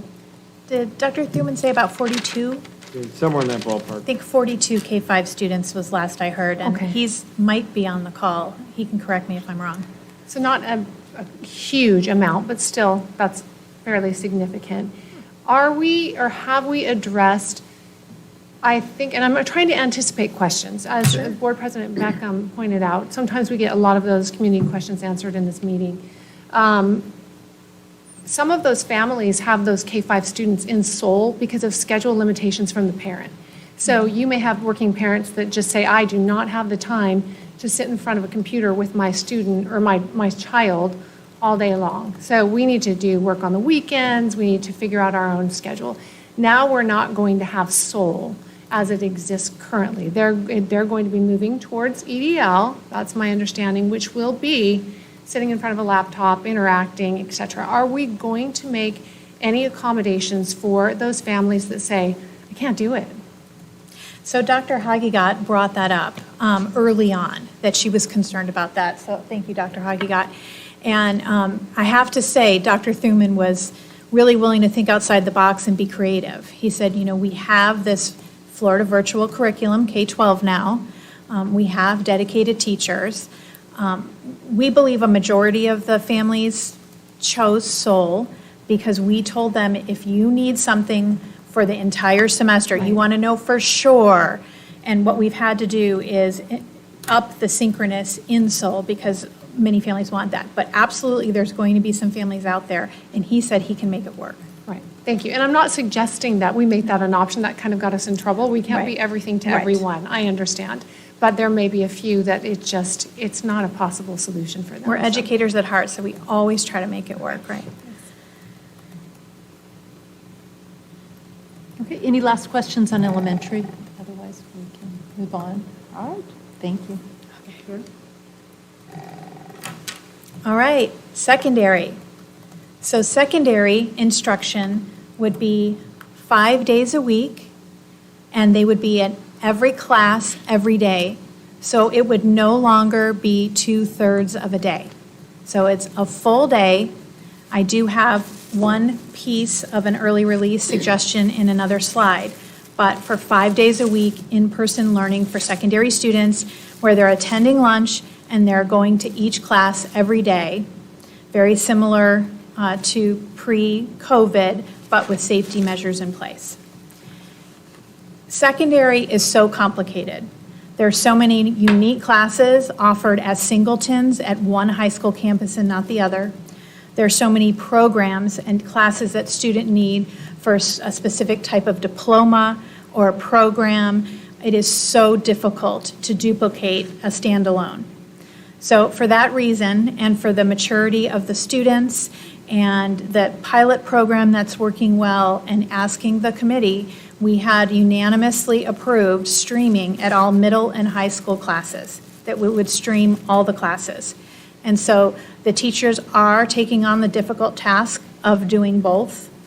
That would also handle the students that are being quarantined or need to stay home sick.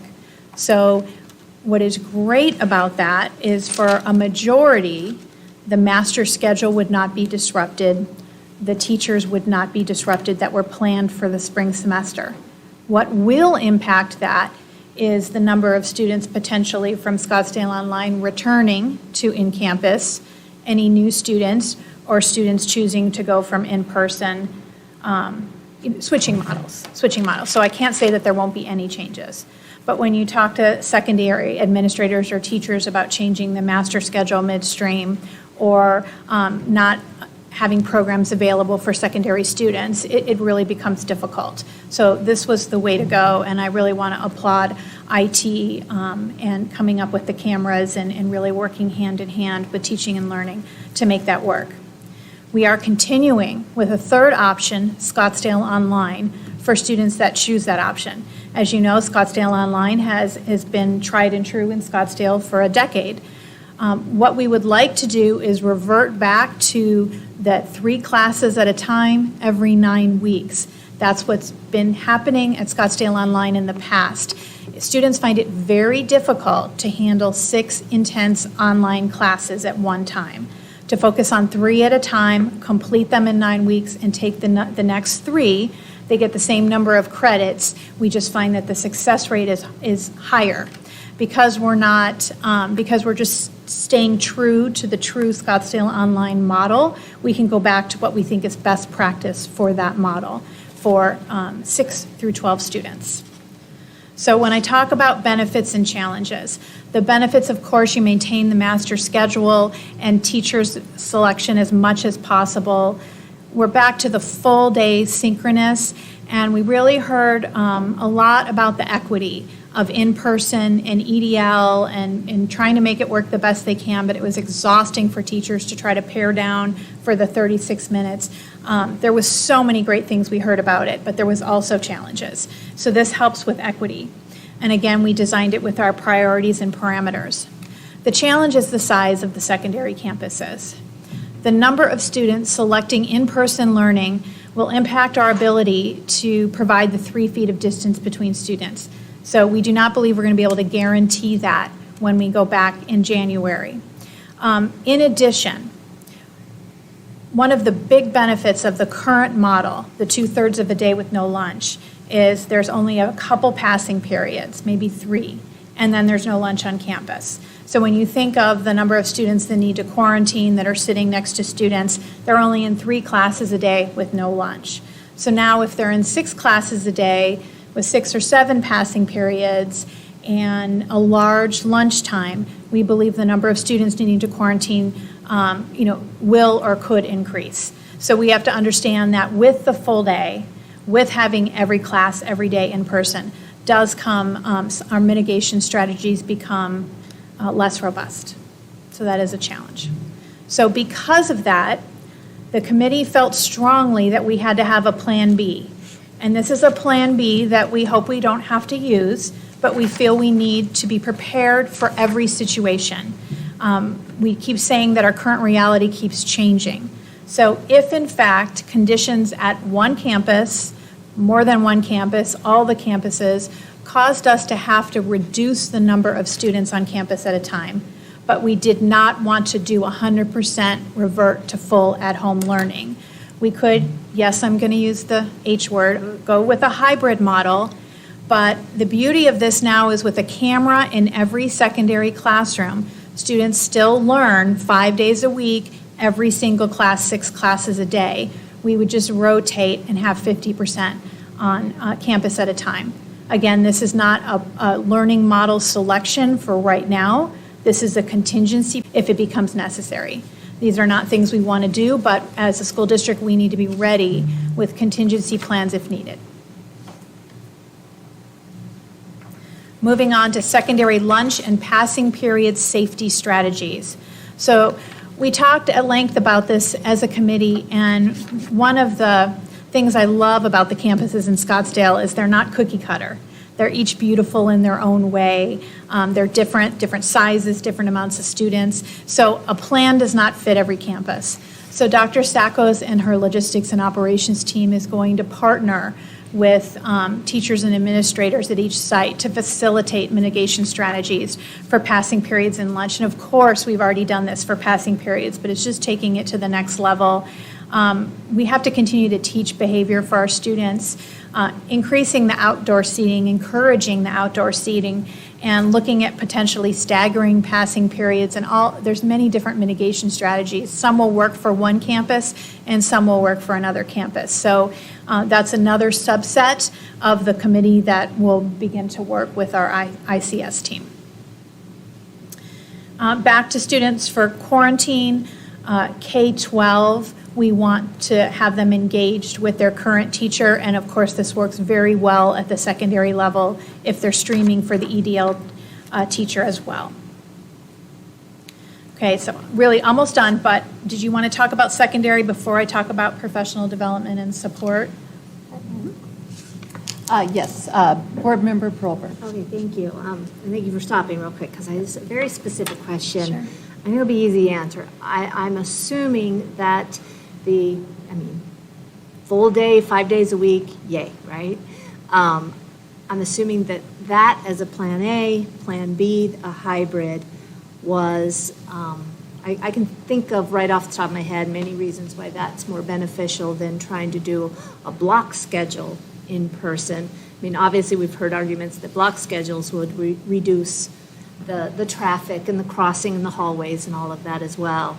But, I mean, can you speak to other reasons why that was maybe ruled out? That was a favorite of some committee members, Sure. definitely. But when you think of a full day, so we have a 6-period day right now, so we cannot start from scratch on the master schedule. We every once in a while, we would all say that together, like in uniform, because a lot of these ideas are great. But when you look at a block schedule, typically you would have 4 classes a day, 2 before lunch, 2 after lunch, if you're going to go a full day. Right now, we were doing 3 periods a day in 2/3 of a day, and that already made the class period 73 minutes long. So if we reverted, if we couldn't find a way to make our 6 classes work, we would in fact be starting from scratch. Unless you tried to, it's just really difficult. I assumed you But- tried to go there and figured out. But you a couldn't. great instructional model and strategy before COVID, it just takes planning, it takes training to do it well. All right, appreciate that Yeah. clarification, thank you. We spent a couple hours on I'm that. sure you did. Thank you. Board Member Kravitz? Well, I was just going to ask about the block schedule as well. Is there a way to, had it been considered, because, again, you'd have fewer students passing, and it would give teachers at the high school level, let me back up, sorry. With EDL, is there no way to have specific teachers dedicated for EDL at each high school like we are? So we had 2 options that we considered. One was the EDL, and one we were calling it like the buffet model because it was all kinds of choices. So we tried to think, could we stream some classes in secondary? Could we use some Florida virtual in secondary? Could we that'd be do too some? confusing. Yeah, and because it is the complication and the number of classes offered to students, which is such a benefit to our secondary students. So you're saying there was no way to have a dedicated EDL teacher for English 2, English 2 honors? There was, but not every class, and we thought it would be too difficult to have this and a piece of this and a piece of this. Because if you think about it, you're going to have to pull the EDL students out of the sections, which is going to have to cause you to remaster schedule. I'm really learned a lot. Okay, and then there was no way of offering a larger block of time. I mean, my concern is the teachers are getting used to the technology. There's glitches with technology, as we all know.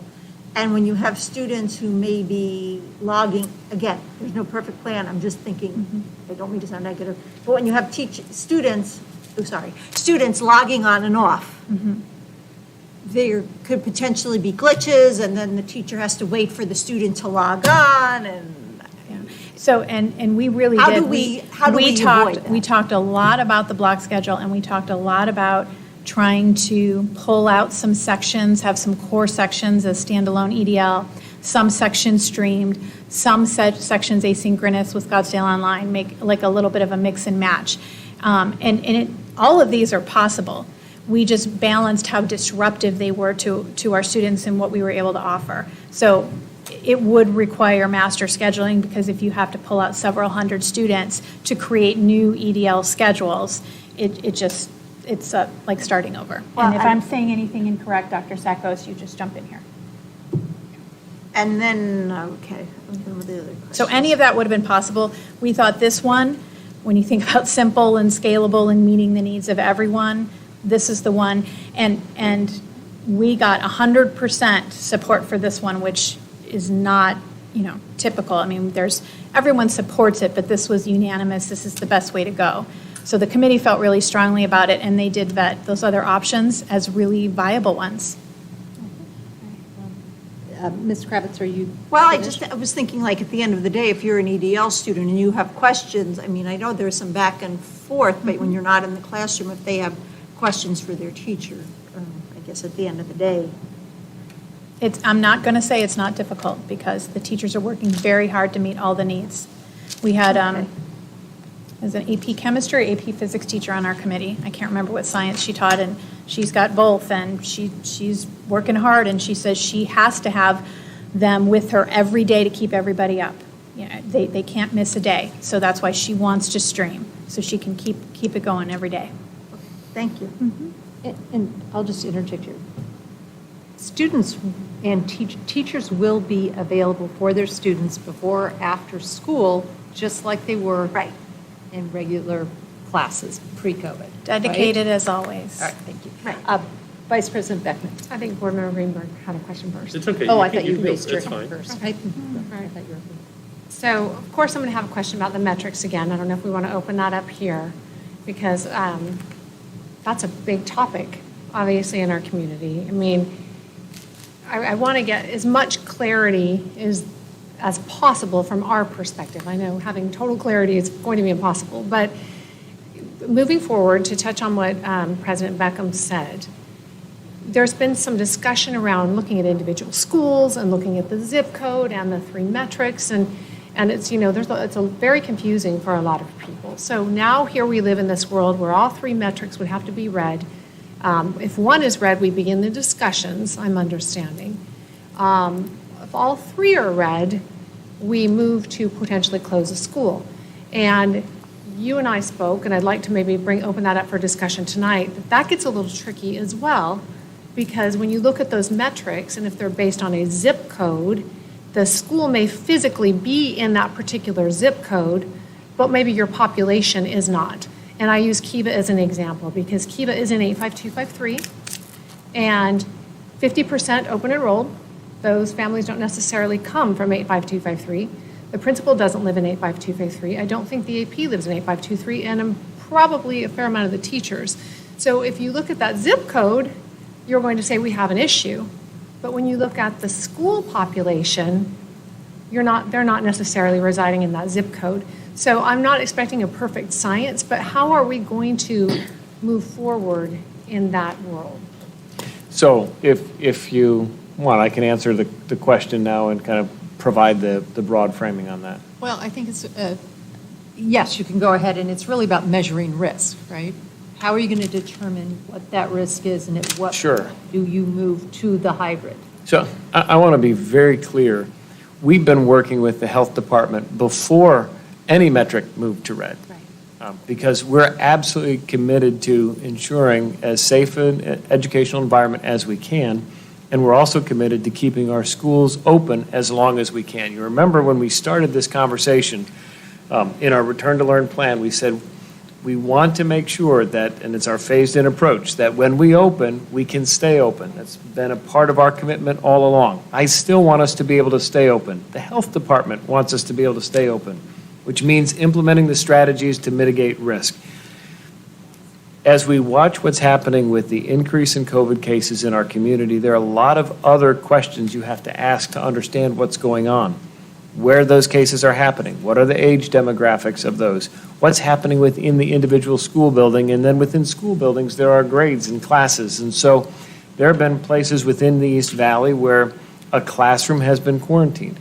The health department would much rather close a classroom than they would a building. They'd much rather close a building than they would a district, because it's all based on what's happening in that particular environment. Now, we do live in an ecosystem, and we have to pay attention to those. Those are signals that you need to ask more questions. They are not guarantees of what you should do.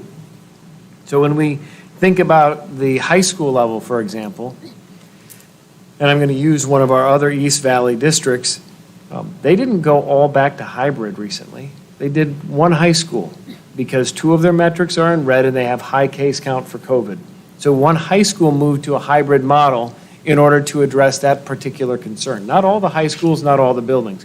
We're also not recommending the hybrid schedule for elementary. That doesn't work for elementary parents to come on 2 days, 2.5 days, and then, flip that in the other week in terms of what you do on that Wednesday. That just doesn't work at the elementary level. And if you just watch our case counts at the elementary, our numbers are really, really low at the present time. So from a public health perspective, the department is looking at all of these variables, asking critical questions, watching trend data within the community, and they've committed to us that they will, whenever they see something that's disconcerting, that might lead to a recommendation to close, they're going to flag that. And at the same time, when we see things that we have questions about or that we're concerned about, we're flagging that with them to say, should we be thinking about something different here? So those are regular conversations. We've got cell phone numbers. They will answer those any time of the day or night and throughout the weekend. The challenge is we don't want to move too quickly to close a building because reopening it becomes a challenge. It's extraordinarily disruptive, as we found out from the first time we closed to how we started this school year to finally getting back, knowing the positive impact it has on our students.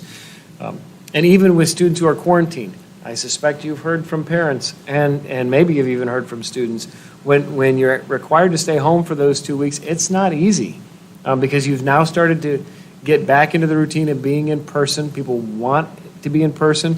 We didn't talk about this yet, but our discipline data is down significantly from a year ago at the same time. Was 1,600 referrals a year ago. We're down to less than 100. At least that's the number I remember from Shannon Cron recently. Kids want to be in school. They're complying with wearing masks. We're doing everything we can to keep our schools open. So to go in reverse, we're going to follow the data to ask the right questions. At the secondary level, the reason why we've proposed a hybrid is because there are some clear unknowns with the numbers of kids. Just 2,000 kids at Desert Mountain High School or 2,200 at Chaparral. 2 lunches, it's still 1,000 kids plus per lunch at Chaparral in a cafeteria space that holds 400 on a good day. And if you're going to socially distance, it's going to hold fewer than that. Those are the things that we're trying to figure out. Okay, how do we manage and do risk mitigation in that environment? And if we see that there's an increase in cases, and I use Chaparral because remember we had a lot of cases, and today the report was we don't have any current active cases. This is a really good sign, and we never had to close Chaparral. People are responding to the requests that we've made, at least this is my take from what we're seeing, to act in ways that help reduce transmission of COVID. It doesn't mean we eliminate it, but we're doing what we can to stop the spread, and that's an encouraging sign. But there might be a time where we have to say, at a building, in the high school in particular, there's evidence of spread, and before we just go to all virtual, we can implement this hybrid model and see whether or not that works. Those are the things that we're contemplating. We have real concerns in 2 fronts. So we've got Thanksgiving coming up. There's a concern about what that means. If people travel to visit family, they host Thanksgiving meetings, we don't know exactly what that's going to look like. We discussed that with the health department today.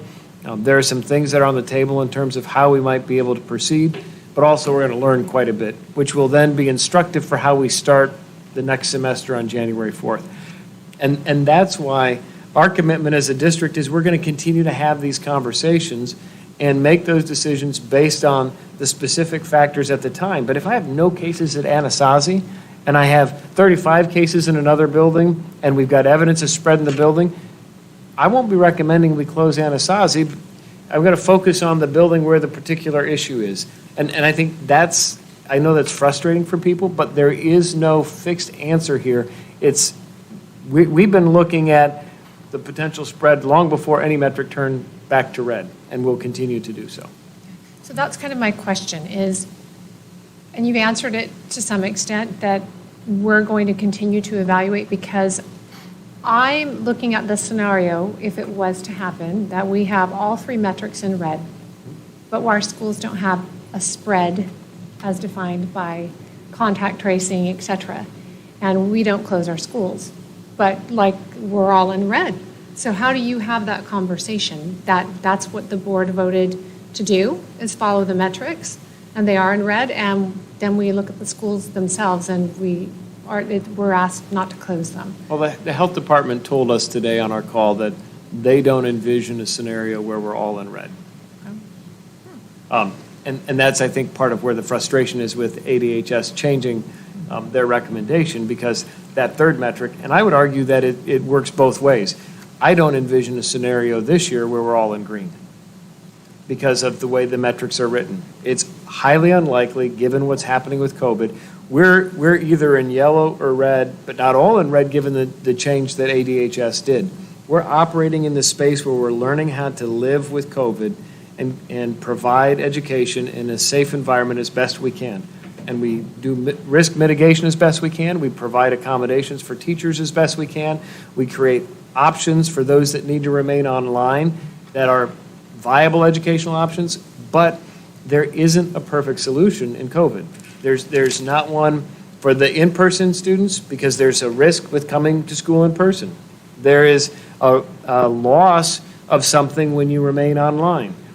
Everybody is giving up something in this environment, and it is a risk-benefit reward, and what we're trying to do as a district is create viable options so that parents can make the best decision they need to for their students.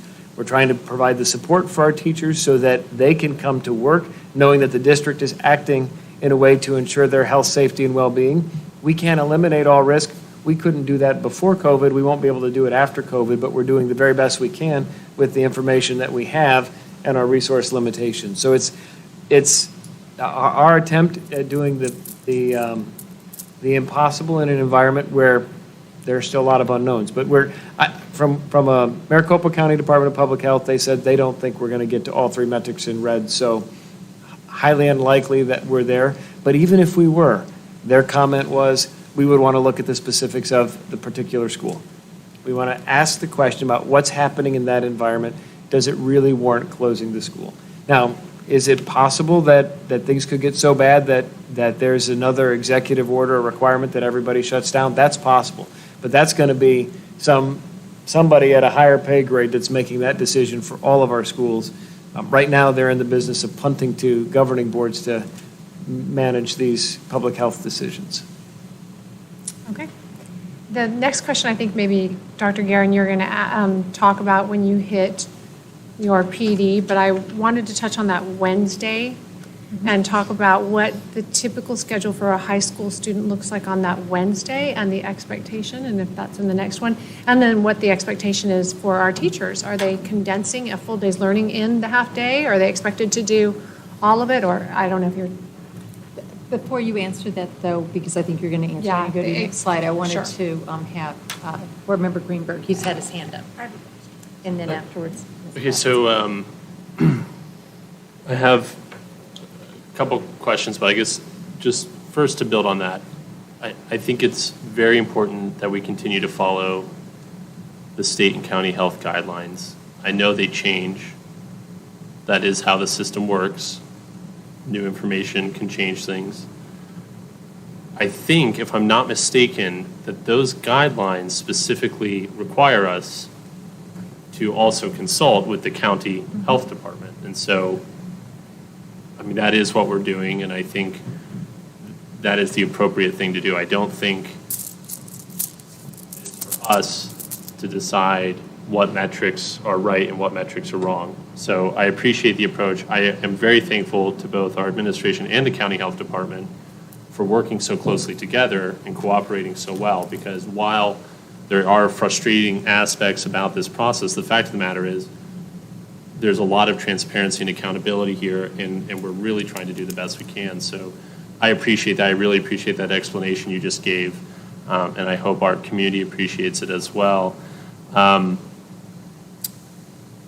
Regarding the live streaming, so we've decided to keep the three-part model here. I apologize. Switching around. Not at all. So we've decided to keep the three-part model here. Can you explain to the public and to us why we're keeping the three-part model? Why we are not simply using SOL or EDL? So one of the really points of pride in our district are all the different unique offerings we have at each campus. So when we looked at the courses in Scottsdale Online, though many of the core classes are there, and there is a really nice variety of classes in Scottsdale Online. We simply could not duplicate all the programming our families and students desire. And at the secondary level, so many of them are deep into programs that they are so excited to continue. And to take that away from students is really difficult, because if we said you either are in person or Scottsdale Online, those specialty programs at a lot of our high schools would go away. And so that's really difficult. But Scottsdale Online works for a lot of students. They like the self-paced, they like the asynchronous, they like having a teacher helping them along the way. There's so many benefits, but it's not for every student. Many students really need that push and daily accountability and that live time with the teacher every minute of the class, and also the uniqueness of each secondary school. That is impossible to duplicate in a Scottsdale Online. So with elementary, we're balancing managing the specialty programs within the confines of EDL at Echo Canyon when possible, but that's within the 5th grade classroom, within the 2nd grade classroom, so they're just different. One of my concerns, and I like this model, but one of my concerns, and I think it's a concern that many people have shared with us and with you, no doubt, is the workload aspect. And I'll come back to the special education one in a bit because we discussed it, but certainly the live streaming works for the majority of our classes. It doesn't necessarily work for all of them. So my first question is, are we going to allow, if a teacher says, or in reviewing this, they say, the live stream model just isn't going to work for the way I have everything set up and the way I teach, will they be given the flexibility to work with their principal on some alternative delivery model in those case-by-case basis, or not? Are we basically telling our staff, you're going to have to live stream, and if it doesn't quite fit the model, okay, do the best you can, but that is 100% what is going to be done? So we have not planned for any exceptions, and I just had a conversation today with Executive Director Cheryl Redner about working with Michelle Irvin, that a mounted camera is not going to work maybe for a band teacher or a PE teacher, and IT department has been so innovative with having teachers carry Surface Go's. They're just about the size of the iPad Surface Go type thing, and they can see their students as they're walking around and even interact with them on the touch screen. So what we're trying to do, and so Cheryl is going to meet with Michelle to meet with some of the fine arts teachers that don't fit into a certain model, and how can we innovate and be creative. So I never want to say never because the district's so large, but what we're doing is taking a solutions approach to how could we do this? How can we do this? There might be a class that we're not able to stream, or there might be a class that we say the kids have to be either in person, or maybe we'll take this section and stream this section. I never want to say never when there's this many buildings, this many unique programmings, and we want to listen to teachers and have teachers guide us on what's best for students. But this model, when we talk to secondary teachers, they felt like this was the best way. I have to say, it's all been completely exhausting. They are working so Right. hard. I cannot express that enough. But they did find the 3 in-persons and then the EDL in the afternoon just as exhausting. Right. I mean, there's just different levels of exhaustion and different challenges. So that's why we're moving forward with attempting to support with this one early release day a week. So if I understand it correctly, we have this model, this is what we're moving forward with. If for some reason a teacher feels that it doesn't work for their classroom, if it's a special type of class and wants to maybe pre-record or record one of their sections and then upload it, or whatever that exception might be, they should reach out to Their building principal their to building start. principal. Okay. With that, what is the expectation of our teaching staff in live streaming their courses? Are they required or expected to interact with their students on EDL, or is it going to be if they can and if they want to, they can, but there's no guarantee of that. I ask because, of course, at the university setting, we live stream all of our courses, but there's no interaction with the professor, and it obviously adds to that workload. It's not what a teacher does. A teacher wants to be interacting, but that can be quite difficult with, as Board Member Krause pointed out, technological issues that might crop up, or just given the size of the class. What is that expectation? So we are going to define that, working hand in hand with teachers. And we've been setting expectations for each model, but as we learn, we've come to understand that the more collaborative we are with teachers, learning from what students and parents expect, having a shared understanding of that model, when we develop that together and share it with everyone, the chance of success is much greater. What we're going to add to that is some checks and balances so we can continue to grow and improve to make sure that we are maximizing the benefits of the model. So a subgroup is going to be working on that expectations. I can't remember if our meeting is Monday or Tuesday, but the expectations for middle and the expectations for high school, whether you're an EDL learner or you are a Scottsdale Online learner or you are an in-person learner in secondary, and then we have the same thing at separate group working on elementary. So we will define that. But what I've seen, and I got to visit the Cheyenne pilot and in other classrooms, the cameras are starting to pop up all over the place, as you know, and they're all being requested, and Debbie's team is working like mad to get them installed. But so there's benefits and challenges, but it seems easier to engage with the classroom teacher, harder to engage with the other students in the class. Because if you've ever tried, and as adults we're experiencing this, if you're trying to meet with some people in person and then you have one or two virtually and you're all trying to jump on the computer and speak with them, what happens? You get the audio feedback. But if the teacher is streaming from the camera and has the audio microphone around their neck, and where I've seen it's really nice and crystal clear, and the other students can hear the students at home and can hear the teachers. It's the at-home students hearing the in-person students that's challenging. So Dr. Fountain is going to work with his coaches and with Debbie Spalding's team to problem solve, to see if we can add a second microphone so that the in-person students can speak to the students in class. Now, also you jump on the Chromebooks and you collaborate that way, but we have to balance how many students. We can't have every kid in every classroom being on a device at the same time in our K-12 district with the bandwidth and all that. So we have to balance all of these solutions. So every tool has positives and negatives, but what I have seen nice engagement with the students at home. Even it's been really impressive. And I can't say surprising because teachers are innovative at heart and find a way to make it happen. I appreciate that explanation, and I appreciate that those standards will be created.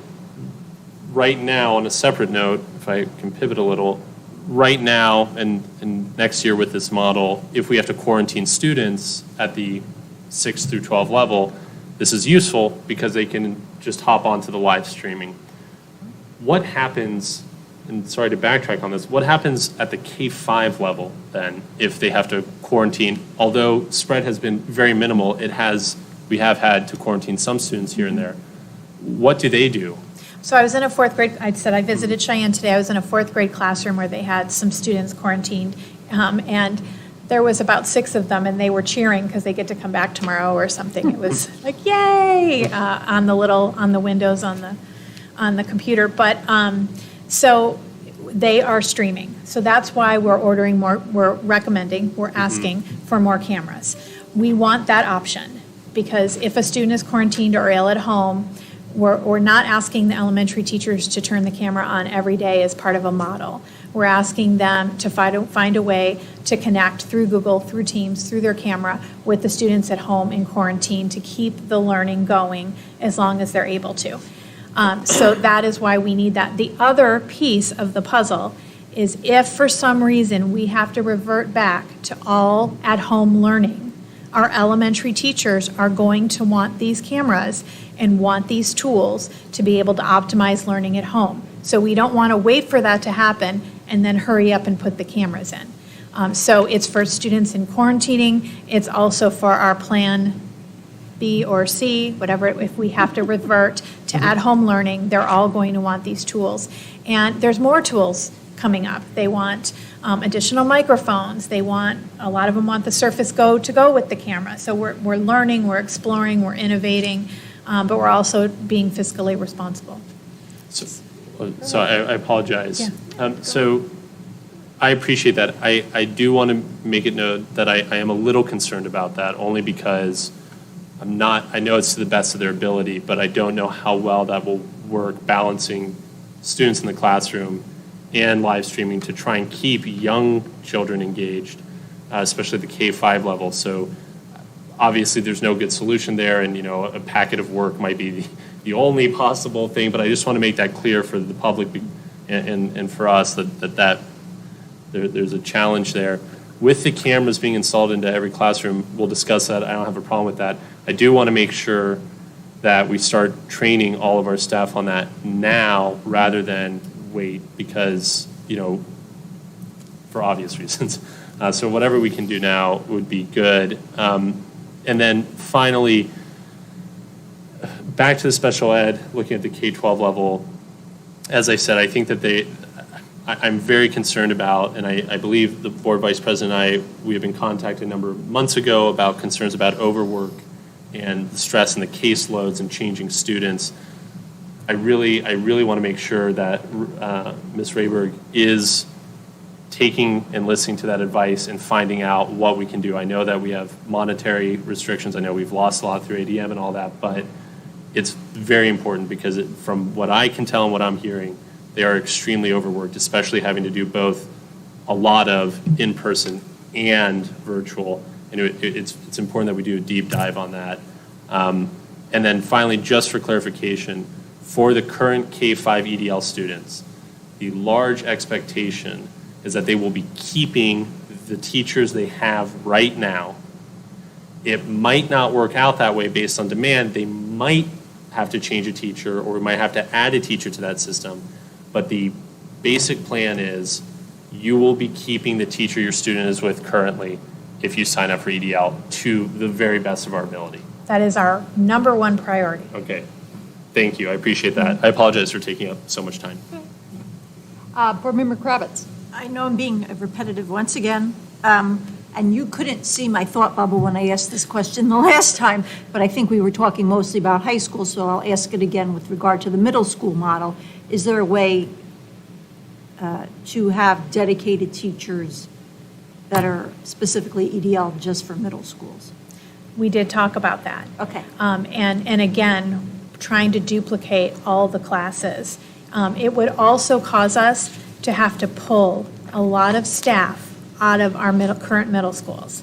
So when we think of its disruption, its trauma to the system, so if we needed a 7th grade English teacher, a 7th grade math teacher, Spanish, all those offerings, we would have to look at how many sections we would need at this other program, and then we would have to pull pieces of FTE, pieces of teachers, whole teachers, and then that would in fact collapse the master schedules at the middle schools. They'd have to reschedule. So we did talk about that because Echo Canyon is a K-8, and we thought that that could be a really good option. But it's not a fifth grade. It's this English and all of these unique classes that are offered at different campuses. And so when we try to pull staff out of the building into a new building because of all the little pieces of the classes that are needed in secondary, we just felt it was too disruptive, and the time constraints. Okay, thank you. And then my only request is, we've talked about, setting what the specific expectations are for our teachers who are doing EDL or whatever, that if those can be shared with the teachers either right before or right after Thanksgiving break, so they're not getting them during December break or right before December break, and so that also you can get feedback if somebody reads it and goes, that doesn't make sense, or this is not clear to me, so that's given to them. And Member Kravitz, they will be critical in the development of them. Thank you. Well, before I call on Vice President Beckman, if you don't mind. I was going to follow up. I was wondering, you had mentioned two things, the expectations and fidelity checks process. And I'm wondering if we can get kind of a progress report November 17th. That would be possible to possibly put on the agenda, so that we'll definitely have follow-up with that. So thank you for bringing that up. Board Member Kravitz. Okay, Vice President Beckman. Okay, so if this goes to plan, looking at your timeline, you are going to send a commitment form to parents Friday, right? And they will have until November 12th at midnight to turn it back in. Then you will begin staffing and looking at staffing the very next day. So a week after the commitment form goes out, we get the results back the next day, you start staffing. With regard to staffing, how are we, and this may be an HR question, and I don't know how we anticipate these numbers, how are we delivering the expectations to our teachers so they can make an informed decision on their comfort level?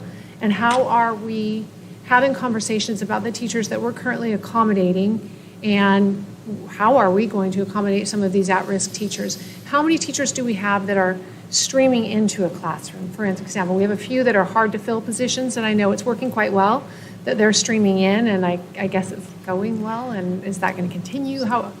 I believe Jed said there were 36 that are teaching remotely, streaming into the classrooms. Okay. And then I'd like to answer the timeline questions, and then we can, Dr. Bowman can speak, or Dr. Menzel can speak more specifically to the HR questions. But the good news is, instead of sending out 22,000 commitment forms, we're only going to send out about 6,300. We're going to send them out to current EDL and Scottsdale Online students. We are making the assumption that if you're an in-person student, the majority will stay in person. Now, we're going to ask families, and we're going to advertise it everywhere, that if you are an in-person student and you'd like to switch to EDL, or you'd like to switch to Scottsdale Online, that you email your current building principal.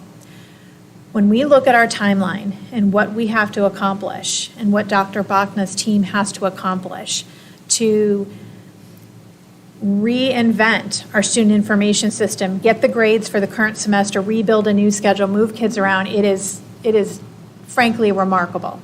And so if we're navigating through just about 6,000 responses instead of 22,000, we're going to be able to move more swiftly. So we'd rather handle the singletons, the ones that want to switch. We believe a majority will want to stay in person. That will make us be able to react faster, respond faster. And certainly Dr. Bowman's and his team's job is unbelievably complicated, so I would rather defer on those questions. Can I ask one thing in this, because you kind of, so we through all these choices that our parents have had to make, we constantly play this tug of war, right, with giving more time for parents, because it's a very difficult and challenging decision to make, especially if they want to commit to it. But the more time we give our families, the less time we have for planning. So, which ends up disrupting our families at the end and our district. Mm-hmm. So when we send this letter out, or even previously, I think it's important that we communicate the need for and why they have really only a week in an environment that's very uncertain to do this. Because the first reaction we're going to get, and many emails I can guarantee you, is, I can't believe you're only giving me 1 week to make this decision and asking me to commit right now to something in January until the end of the year. That's what's going to come back to us. So I think we need to have a very precise, informed communication on some of the challenges we face as a district if we push this off, because I know I can anticipate that. So, absolutely. And Dr. Menzel suggested that we run our commitment form by some parents to just check for clarity. So every time we do this, we get a little better. And again, I hope it's the last time. And 3 times the charm. Yes, in Spanish too. Yeah. So I just want to go back to the other question in terms of we're putting together a survey for our teachers that have accommodations currently to identify who may need or want to request continuation for second semester. So that is in the works because that's the first group. Remember, we prioritized the online teaching assignment for our teachers who had qualifying ADA conditions. We had a second tier of priority to say if you've got a family member with a medical condition that elevates risk, then you'll be the second in line. So we've got to go through that process again for second semester and then align it with what our parents are choosing. So the timing, to your point, we can't delay because staffing is impacted by what parents are choosing, what staff need, what parents want, how we fit all of those pieces together, and then be prepared for the start of the second semester is a lot of work in a very short period of time. Okay, so, Were you going to go back to your proposed Wednesdays? Okay. okay, ready? So, we heard teachers loud and clear that they need time to prepare, to collaborate, to meet in professional learning communities, to plan for multiple models, to ensure that they have time to focus on meeting students' learning gaps based on loss of in-person learning. So we are proposing an early release every Wednesday through the spring. Right now, we have about one early release day for professional development on Wednesdays, about one a month. So we would be adding additional ones for a total of 4. And this would be time for teachers to ensure that they have the time to have the professional development to learn these new tools, that they have time to plan for multiple models, that they have time to plan for quarantine students, all of this.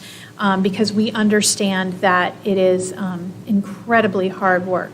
So these are just some of the things the teachers would be doing on Wednesday. But we want to make the time very meaningful for students. And we know we need, we've heard Shannon Cron speak about social emotional support. We understand that this is a priority and that our students are hurting and need this time. So we want to maximize this for our students. So what I'm really excited about is we're going to speak with our specialists, social workers, counselors, reading specialists, English language teachers, some of our special education specialists, and have them flex this early release time. So they would have some planning time in the morning and be available for students during this early release time to be able to jump on the computer and provide small group instruction, support groups to support social emotional help, counselors meeting with teachers without pulling them out of that Tier 1 core instruction. For reading specialists to have small group English language learning, all of that could be going on.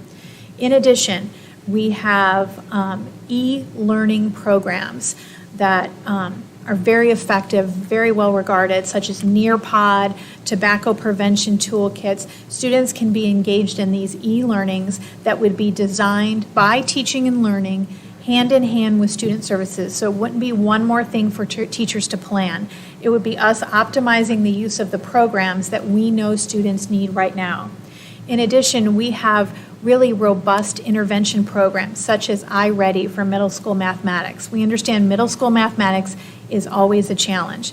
This iReady program does an individual assessment and it actually identifies gaps in a student's learning and designs lessons, interactive lessons for a student to get that skill. And when that student has mastered that skill, it's responsive to that individual student and moves them on to the next level. So assigning iReady time, having project-based collaborative learning. So we're really excited that our teaching and learning team is going to partner with our student services team to optimize these 2 hours for when students have early release, that they will be able to take advantage of some of these e-learning programs that are going to be available to them to meet some of their specific needs due to the pandemic. I want to talk about professional development, and Dr. Fountain and Ms. Redner and Debbie Spalding's team with the cameras have been working very hard on professional development. And Dr. Fountain's coaches, and they are actually bringing in teachers to really listen to them and ask them, what do you need right now, just in time, on demand, quick grab, PD, implement the next day. Because we're innovating, we're changing how we do things. We need to optimize the cameras. We're going to create a robust digital library that highlights best practices for teachers to watch while providing content for students. One of the really popular things from fourth quarter was the focused Q&A. You can jump on with a tech coach, talk about how do I do this, how do I do that. teachers can collaborate with each other on innovations. They may have solved the microphone problem in one way or another, so we'll provide that as well. We're also going to evaluate professional development by these teachers because we want to continue to get that timely feedback, adjust to what they need. Their reality changes every day. We want to change with it and provide that support. So we're really excited about that with the teaching and learning. And I have Ms. Redner and Dr. Fountain here in case anyone has any questions. Again, the timeline on the commitment forms, we'll only be sending them out to EDL and Scottsdale Online students that are currently enrolled in the program. And in-person students will be asked to email their principal for a model change. And we have to keep to this type timeline. If we don't keep to this type timeline, we will not be able to staff and master schedule in order for students to start when they come back in January. We did a backward design, and we realized how much time we had for the committee to work, how much time we had for, we don't have a day to spare to make this happen. So it is really tight. Wow, that was my last slide. Questions? Board Member Probert. Quick clarification, so the early release on Wednesdays, that's K-12. K-12 correct? and Scottsdale Online. Okay, so what I kind of saw is the potential for, I'm assuming K-12, there's opportunities for students to stay on campus for whatever supports they may need. I guess I'm just kind of questioning as far as staffing for, proper supervision and that kind of thing. I don't want to get too much in the weeds. I'm just kind of questioning I hate for those Wednesday afternoons to be chaotic on campus. So we are providing transportation at the regular early dismissal time. So the thought is that students will get on buses, will be transported home, and all of these options are going to take place virtually. Now, I'm not saying a counselor might meet with a student in person or a student support group might not meet in person, but when we're not providing transportation, twice. We're providing transportation at the end of the early release day, and we'd really like to optimize our tools so we don't add additional points of contact. We're trying to mitigate and not increase. We can do so much through technology now, so that is the goal. Okay, so that means as far as official instructional time, it will end the half day. It will end for those 2 hours. And does that mean there is no requirement? I know the state requires us during the school day to have available spaces for learning on campuses. So here's, I'm wondering if that just excludes that little window of time. I would argue it does, because if you go to other districts of the valley that have early release days every week, it can be built into the schedule. And so Right. I don't believe that the executive order applies for that 2-hour early release window. Okay. It would apply if we were not, if we'd closed down a building, or we, even in our hybrid model at the high school level, for example, we have to create space for people who needed a space on campus. I think it's different when you're modifying your calendar for early release and you're building in this time. I think, and someone from the state could tell us differently, but that's how we're interpreting it. Okay. Well, it's just to clarify that technically the school day is over at that point. It's not the intention of it being an EDL time specifically, right? Because otherwise then you would fall under those rules. And I guess my next follow-up question is, if that is the case, I'm assuming the math has been done, especially in the middle school area. I think that's our closest time frame, where if you remove those instructional out minutes, we still meet the minimum. So this students. is asynchronous learning. Students are engaged in e-learning with programs. Many times it will be with adults, depending on if they're designed for a reading specialist program or an English language learner. But if I'm working in Nearpod, that's a computer program. If I'm working in iReady, that's a computer program, because the teachers are having time to plan and collaborate. So this would be funded and Dr. Bachna can correct me because I know she's always up in the sky, that this would be funded at a reduced rate because it would be at-home learning. So it is considered official instructional time still, not an early release Yeah, time. I think you're raising a. You understand what I'm saying? No, I You get hear my- the point. you I get think my we're going to have to question. check on We have a that. minimum of instructional Right. we have to meet. Well, Yeah. and I will get into the weeds because it's one of my questions that I don't think that was addressed. Yeah, And exactly. that is what, if I have to make a decision, I'm getting, and even if you're in person right now, you're still making a decision. It's just whether you fill out that form or not. Wednesday, what does that look like? You've said we're having in-person, full-time, 5 days of instruction. So, but is it a full schedule on Wednesday morning from 7:45 to 12:30, and you're having all 7 classes? Compressed. And then you go home and there's an option here. Because if I don't need iReady and I don't need the SOL training, then I'm not going to go on it.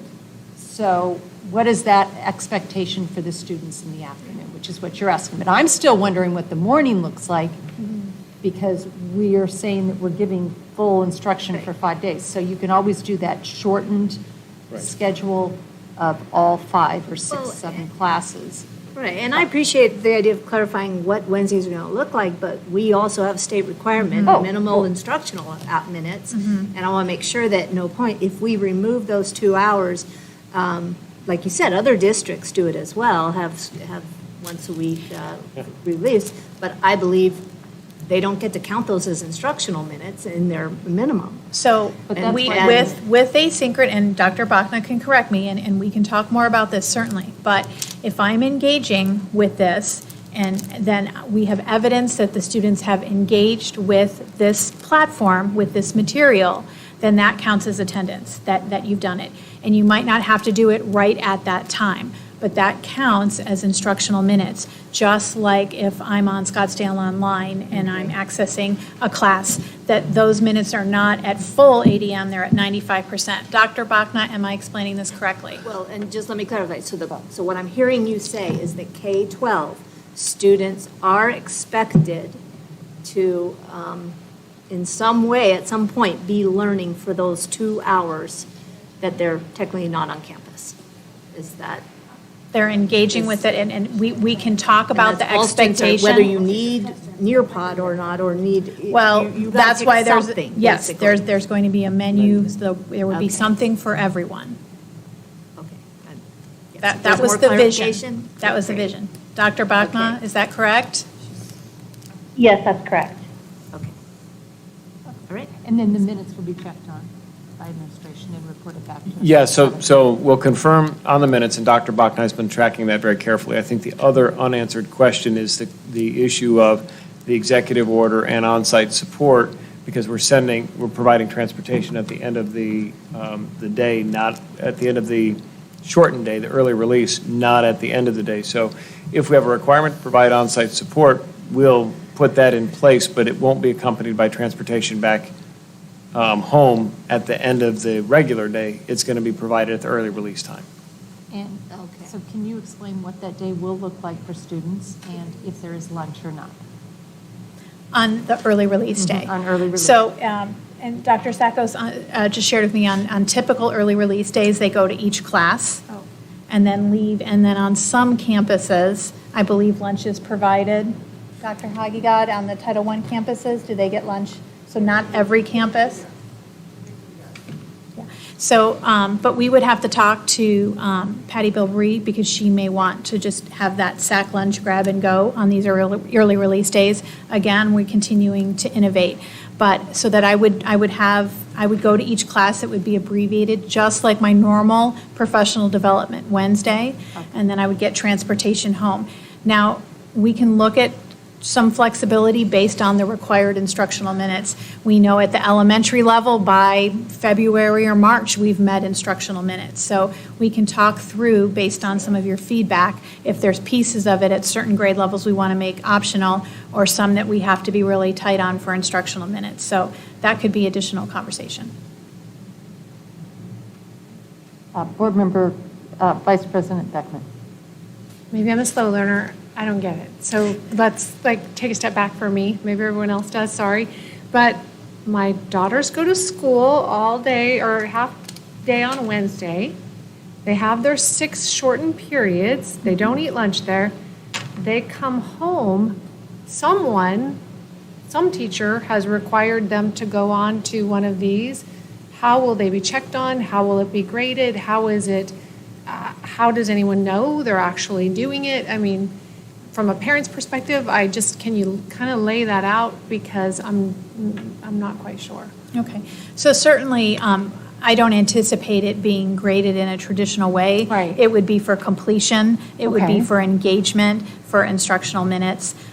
So like a pass-fail type of thing. We did that in the middle school a couple of years ago with like an extra reading period that they had, and was assigned, but it was kind of pass-fail extra minutes. Is that kind of like? So we really have to get more detailed on Okay. all of this, and that would be the expectation committee. But I'd be very interested to hear thoughts as a parent on, we can give you some examples too. Okay, that's just Yeah. my interpretation, and I'm, like I said, no criticism. I just need to understand it more, because I appreciate that there's going to be tools for my daughters to go on and pick from or engage in, and it's just not, they're done for the day. I appreciate that. I just don't know how I would hold them accountable, or anyone else would hold them accountable. I want to keep them engaged. I want to know the parameters of kind of the pass-fail. I would love to see what one of their 6 teachers would be, or if it's a teacher or someone who's responsible for identifying maybe that they're doing it, or where, or is that going to be on me? So those are kind of some of the questions I would be curious to get answered. I know that might be a little farther along, but just giving you that feedback, sorry. Thank you. Board Member Kravitz. Since we are going to be having regular or early release Wednesdays, can we consider in our middle and high schools, rather than having every class in an early release day, just, maybe the first Wednesday of the month, periods 1, 2, 3, second Wednesday, 4, 5, 6, or whatever it is, so we get more content in the classrooms, because no sooner does a student get to the class and Make it more make sure meaningful. make it more meaningful, that the technology set up, everybody gets settled, and maybe you get, there's very minimal instruction, and then you have to change classes again, there's passing period, et cetera. So if we can make I will that, absolutely bring that up with the secondary principals and the committee as an thank you. option. Sure. More thoughts, I comments? just want to say thank you. You guys have worked really hard. I don't expect you to have every single question answered right now, and I do appreciate all the thought and the work you put in. I know it's kind of a moving target, and Thank you. thank you. So I do have a couple questions. I'm sorry. Nice try.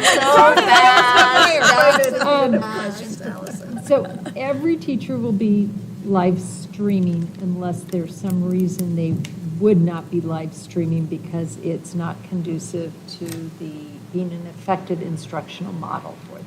Is that correct? In secondary. In secondary, Yes. right. I'm just speaking secondary. And so that all who are ill or quarantined would stay with their teacher in those lessons for the day. I know that training was touched on. And thank you, Board Member Greenberg, for bringing it up. It's when, if I am a teacher, when would I expect this training? I know that we've been working on it through PD, these digital library. Will some of that be ready for this semester even? So I'm going to ask Dr. Fountain to come up and talk about what's already been happening, because Okay, it's great. already happening. We're just taking it to the next level. Okay, perfect. So the Thank question you. is, when can they expect training? And I said it was on every, just Yeah. the strategy, Well, and the specifically cameras. cameras, because I think that that's going to be, really, there might be some anxiety for teachers. And so the sooner that they know that they're going to be getting that training and being able to get best practices and work with some of their colleagues that have already been doing it, I think will help them feel more comfortable. Absolutely. And you framed nicely, I think, the 2 components that exist there. And the first one is the training of the camera itself. That piece is super intuitive unless you're truly not tech savvy, which some folks are not. But that part is pretty super intuitive, very simple, very easy, very straightforward. So for the most part, folks have been able to get the camera component up and running pretty easily. What we've done for that, we've kind of created a how-to guide that we've put out for folks. There's a paper copy with a URL code that takes them to a website that our tech coaches have created and has some additional components to it.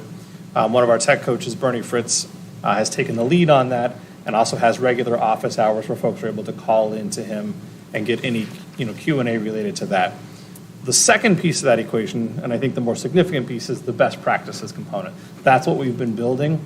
Kind of one of those cart and horse arguments that we needed to get it in teachers' classrooms and let them use it for a little bit so that their exposure and experiences would help us understand what it is that they need in that.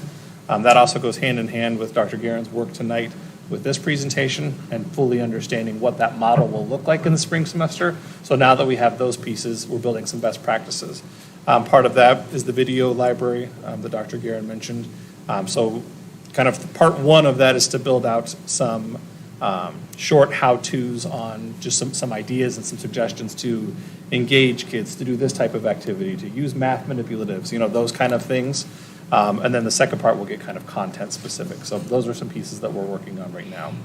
And so then I said, third part of that would be, when would some of this begin to be available? I realize that the camera usage is there now, but Right. the best practices. Because I know nationally, there's a lot of material out there on how to Absolutely. use And the cameras. first two parts of that are really available now while we continue to build part 2.2, if you will. So we've already been working with our teachers on that. So what's happening in that process is if a teacher reaches out to Mr. Fritz and we do the Q&A with the camera, we get the basic function, and they're like, okay, yeah, but there's a little more to it, then we get the boots on the ground piece to go out there. So Cheyenne was mentioned earlier. Megan Barnash, who does our K-8 schools, was out at Cheyenne last week, is checking in again with them this week. I was with her at Desert Canyon Middle School a couple of days ago. So we're kind of rolling out those pieces. But then we want to build more of that content still. And that's the part that's not done yet. In terms of time frame, that's going to be our big focus these next, we have left 6 weeks, 5 weeks, whatever it is. That's our big focus with our team right now, is getting that stuff ready. And I think I talked with Dr. Vince about this. It's not just the training, it's really the coaching and the guarantee of ongoing support. And I guess, so I just want to make sure that, I reiterated from what I'm hearing too, that's going to be a big component of those Wednesdays. Right.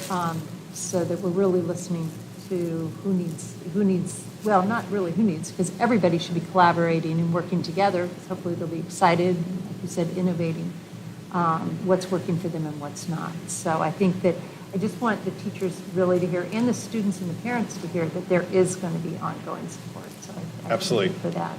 And that collaboration piece you mentioned is huge. So that's part of what's happening now, is that each of our instructional coaches that's a content specialist is working with those 3 tech coaches. So for example, Stephen Williamson, K-12 Social Studies, is connecting with a tech coach to say, okay, here's a few ideas that I think we could put out for social studies, in-person, and EDL learning. So they're starting to build those pieces to get that out based upon their experiences in the classroom and the feedback they're hearing from teachers. So. Okay, great, thank you. And along with that, it's been brought up, and I know we've touched on it a little bit personally, and there's that needs to be a larger discussion, is the recording. Will these classes be recorded so that students who did miss it because they're ill or quarantined, or they just need the extra support? They were tired that day, and all of a sudden now we have this wonderful technology, and there is that opportunity for recording, and wait a second, we're not doing it. And can we be doing it next semester, or is this district just not ready for that next step? So I absolutely believe that is an innovation, an instructional strategy that we need to optimize. So if I know I have a student that's at home ill and is not going to be able to keep up with the class, because for EDL, the expectation is you're participating and engaging in the class. You're not a passive learner. So if I have someone ill at home and I know I want to tape it and store it and send it to them, or key pieces of the lecture, absolutely. Do we have to tape every single lecture every day? If a parent calls me and said, my son's really struggling in Algebra 3-4, that would help. So I think that that's going to build. We want to be really thoughtful and not overload the teachers right away, because there's so many opportunities out here with the innovations, but we have to get good at them. So I've watched teachers, they're writing on the board, so they're using the camera, right? And the kids can see the teacher and the board. But then I want them to be able to collaborate. So I'm going to grab the Surface Pro and walk around to the back of the room, because that is easier for me because they can't see me. So there's different tools that are good for different things. We just can't get there all at once. Do I think that's going to be a reality? Absolutely. What I think we need to start with is when is it needed? And then there's just those innovators that are going to do it anyway. But it's another piece of the puzzle, but it just doesn't come overnight. And I would add that the storage capacity necessary, if you recorded every classroom every day all the time, you don't have the ability to store all of that. So what you want to focus on are what's the core instructional component that a student might need. And if we can create a digital library and/or when you know that you're going to have a need, that's what you should be recording, not the whole thing every day, just because that takes up so much storage space. And I just want to make sure that we're having that conversation. We're thinking about that we have the technology to record, then we have the training so that the teachers know how to record, and ability to put it up online and have the students understand how to, listen or watch, because it really might also find that it really helps the students or the teacher's management of time, because the student, if they can hear it again, might have gotten it the second time without having come back and be personally tutored by the teacher. Or I can watch it so I can help my high school student with his high school math that I don't remember how to do. Yeah, that was me too. Okay, great. So thank you on that. And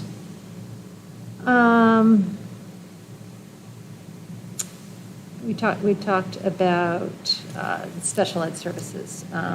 So the other question that's come up, the real difficult one, even though I think we've touched on it, but I wanted to bring it up, and maybe not to be answered right now, but if all of a sudden we have huge outbreaks and things aren't looking good on January 1, is there a possibility, or what would determine, and how would you communicate, that we would go to a virtual on January 4th or a hybrid on January 4th? And it may be by specific school, too.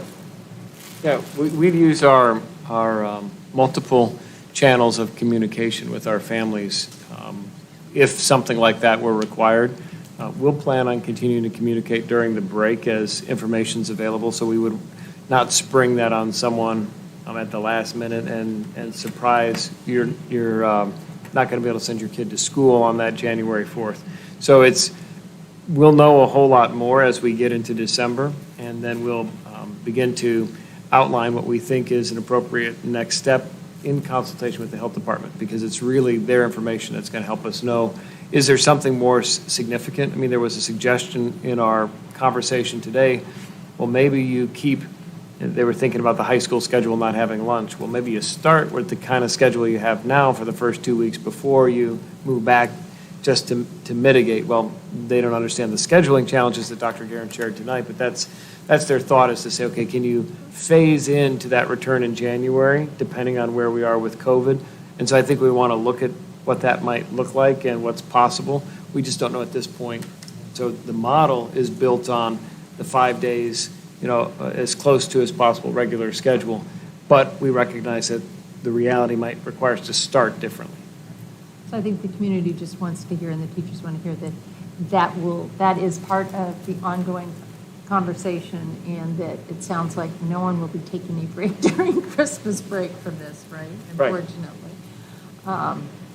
So, and hopefully it won't happen, because we're all following our rules and we're able to really stop the spread. But one of the parameters was that all options had to be reversible, and they all can be duplicated at home without changing the teacher. Thank you. Board Member Greenberg. I apologize for repeating this question, but we're getting messages, and I just want to be very clear in my understanding. If I am currently a K-5 EDL student, what is, and I think in part this has to go back to the half-day Wednesday. It's a similar thing. It's the phrasing we're using. The EDL at Echo Canyon, I think, is confusing to a lot of people. So maybe we want to rethink how we name that or explain that, because if it's, I guess that comes with my question, what is the change in my life if I choose EDL at Echo and I'm an EDL kid currently? What change should I expect as a student or as a parent? This is a really great question, and it is hard to wrap your mind around it because it's virtual. You're not going to this campus. Right. We're housing the program there, so we can treat it as an elementary school, staff it as an elementary school. When we bring all the pieces of EDL together that are at all the different campuses, we can't provide that level of support. So very little might change. Now, if your start time isn't 7:45, your start time could change.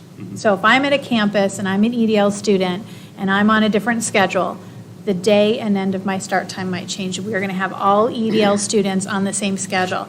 That's the only way we can schedule and optimize all these resources and give everybody music.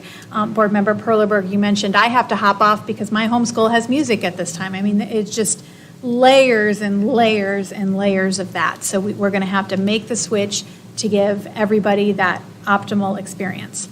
But if I have a teacher from Tavon, and I'm a Tavon student, and there's 6 other second graders with me, and there's 3 from Hopi and 4 from Anasazi, and we all stay in EDL, and our teacher still teaches EDL, then our start time might change if we're not a 7:45 school.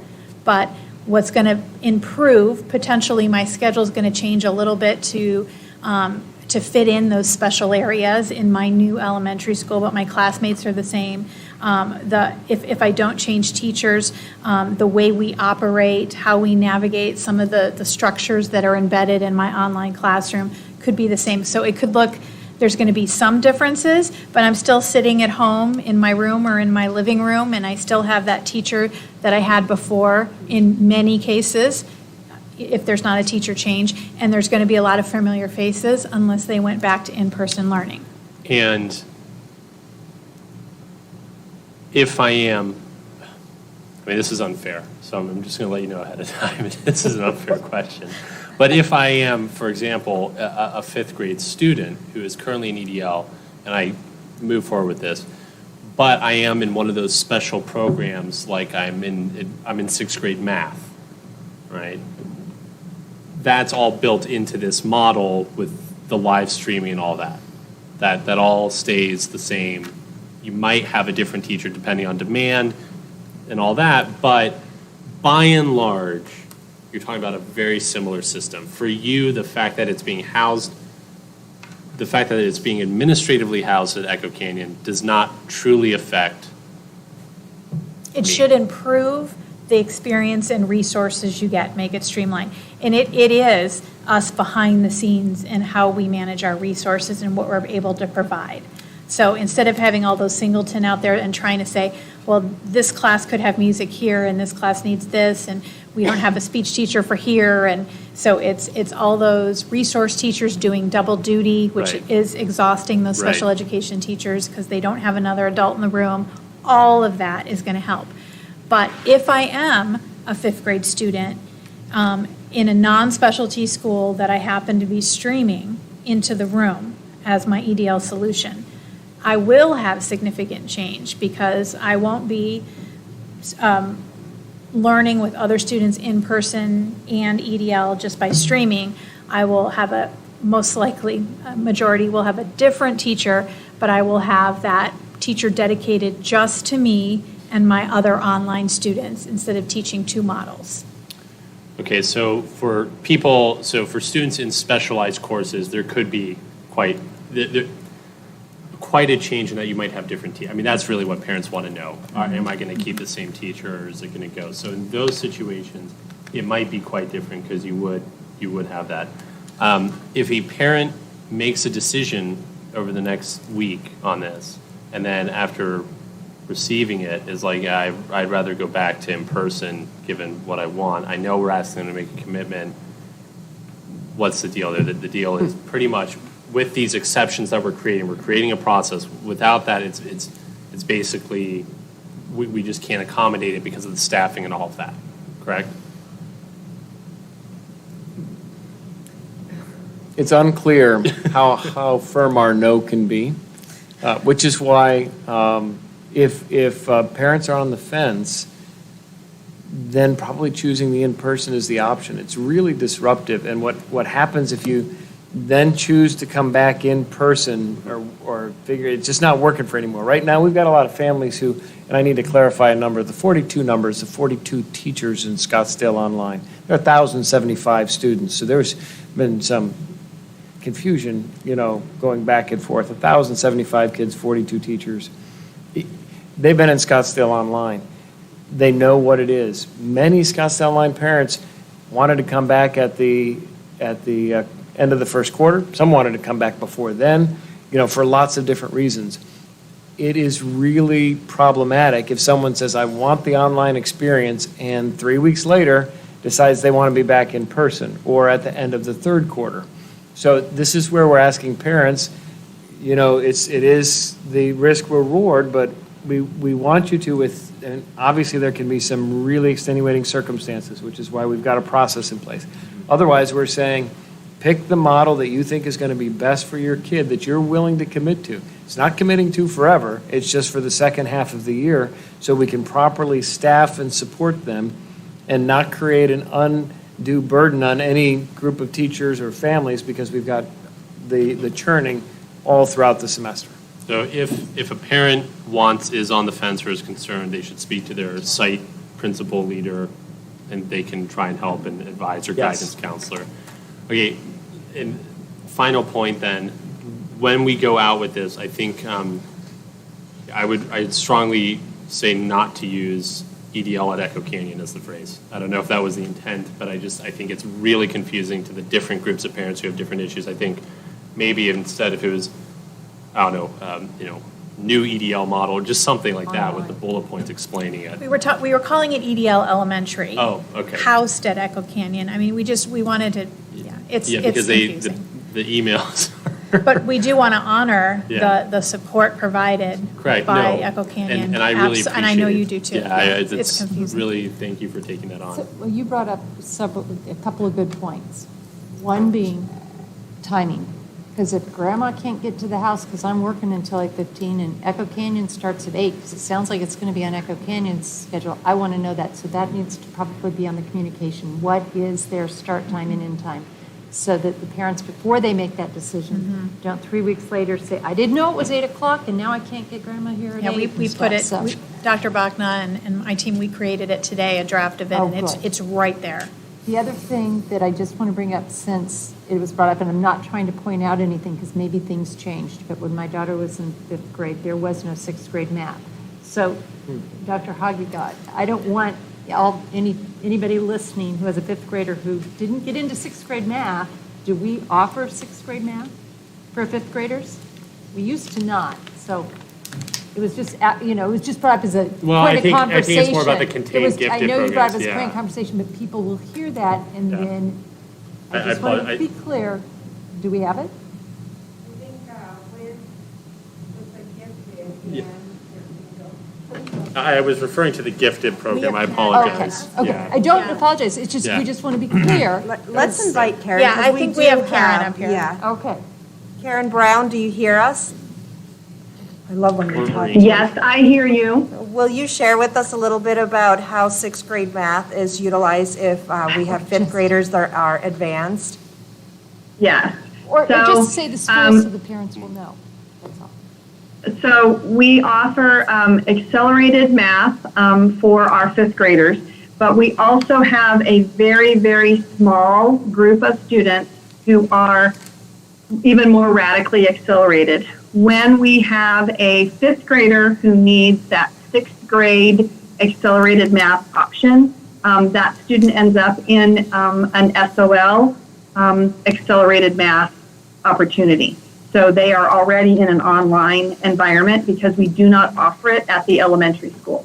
And that is really a very small, right now I have, I believe, 6 students district-wide that are in that situation. And so the question is, will those 6 students be offered that same SOL 6th grade math? Yes, they will be. SOL's not really being offered, so we just want to So clarify. this is just one illustration of trying to fit all of our Everything. innovative programmings in Scottsdale in a couple different models. Yes. And thank you, I apologize for any confusion I might have caused. Well, no, it's. Yeah, no, good point. Thank you, Karen. Vice President I have a quick Beckman. comment, promise it's not a in-depth question. I got some feedback from a few teachers regarding the half-day PD, and while I appreciate that because they really need to be trained, et cetera, they did mention they're still planning, like at the middle school and the high school level, since they're going to be all periods, they're still doing kind of the same amount of work that they would be doing for a full day because they're doing all the planning, they're just condensed periods, which is fine. And reviewing this, it is very much needed that our technology and the spring learning models need to be collaborated with this. But speaking of that collaboration piece, I hope, we are going to have site-level collaboration that's more kind of led by the principal, because I know they really value that too. Like kind of just not just all about the technology and the learning model, no, because it's a yeah. lot of Wednesdays still, and No, we're not going to fill their plate with more work. Absolutely not. We're going to provide on-demand, just-in-time support. Here it is. What do you need as a site? This professional learning community is working on this. Let's bring that in. So there's going to be multitudes of opportunity for teacher support, but we don't want to give them one more thing to fill up this time. This time is for them to plan, collaborate, support all these multiple models. That's my concern, is that they are doing all that work for the periods and planning for those 6 things, and then a month and a half later, some teachers may have this down, and then they're just spending that half day in PD that maybe they already know, and they're not able to do what they really want to do, which is collaborate with the other 4th grade teachers or whatever it is. It's Okay, going to be so- the sites deciding that. What we will continue to keep, though, is those designated professional development days that are already scheduled and calendared. But the other is for teachers to meet their needs and tell us what they need, and we'll provide it. All right, thank you. Any last questions?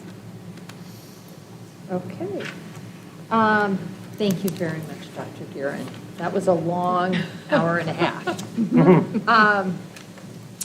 So that is action item A. And so do we have a motion to approve action item A as presented, the instructional model for spring semester, knowing that there's still going to be some development and nuances, but the basic foundation is what we're looking at, and we, as a governing board, I'm assuming we're being asked to approve this because you want our buy-in. Yep. So moved. All right, Vice President Beckman moves. Do we have a second? Second. Who was that? Was that Perlberg? Board Member Perlberg seconds. All in favor? Aye. Aye. All opposed? Motion carries 5-0. We'll move on to action item B, approval of purchase of cameras for classroom streaming. I think this presentation's about as long as the last one. Just kidding. Take a break now. Dr. Guerin is available, as is, I believe, Debbie Spalding online to answer any questions about the recommendation, but this is building on the prior purchase to ensure that we have sufficient cameras to outfit every classroom, and that's the recommendation that's being brought forward. All right. Any comments, any discussions from our board members? Board Member Greenberg.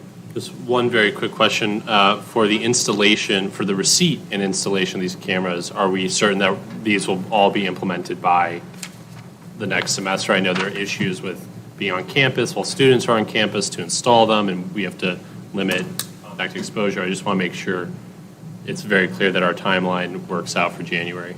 Debbie, can you talk about anticipated receipt of the equipment? Absolutely. So the receipt of the equipment will be the first or second week of December. A lot of these pieces of equipment have long lead times, including the cabling. We found that the cabling is actually the hardest part to get. We will install as many as we possibly can, but I would not anticipate that we can install all 660 prior to school starting, but we will focus on the highest areas of need. and go from there. So we'll, definitely focus at the high school and middle school, and then the specialty schools. And just as an update, as of tonight, we've installed 552 of the 800 cameras that we've already purchased. Is that figure based on specific teacher request, or is that just general implementation? The number of cameras is, I went to the principals, and they worked with their staff to figure out who wanted cameras in their classrooms. And then we're just installing them as they're requested. But I have all but 30 of them requested as of today. And I have a couple principals that are submitting more requests probably tomorrow. So I'll have them all allocated probably before the end of the week. And then we'll continue to install them. I would definitely think that we could finish installing all of them before we get the new batch. Okay. All right, thank you for your team's hard work on that. I really appreciate it. Thanks. I just wanted to add one point, that the teachers absolutely can stream without the cameras. Of course, the cameras take it to the next level, but it's not that we will not be able to start the model. Some teachers actually are preferring to just use their computer with Microsoft Teams or with Google or Zoom. So absolutely, the cameras take it to the next level, but we will be able to start the model regardless. But her team has been incredible. Thank you for adding that, because that was my Yeah. next question. Any other questions? All right. Do we have a motion to approve action item B, approval of purchase of cameras for classroom streaming? So moved. Board Member Greenberg moves. Do we have a second? Second. Vice President Beckman seconds. All in favor? Aye. All opposed? Motion carries 5-0. We had tabled action item C, so we can move on to adjournment of our special meeting. I'll move to adjourn this special meeting of the governing board. Do we have a second? Second. Board Member Kravitz seconds. All in favor? Aye. Motion passes 5-0. This special meeting of the governing board on November 4, 2020 is adjourned at, looked like 8:22. Did I get that right? Yes, 8:22 p.m. Thank you all.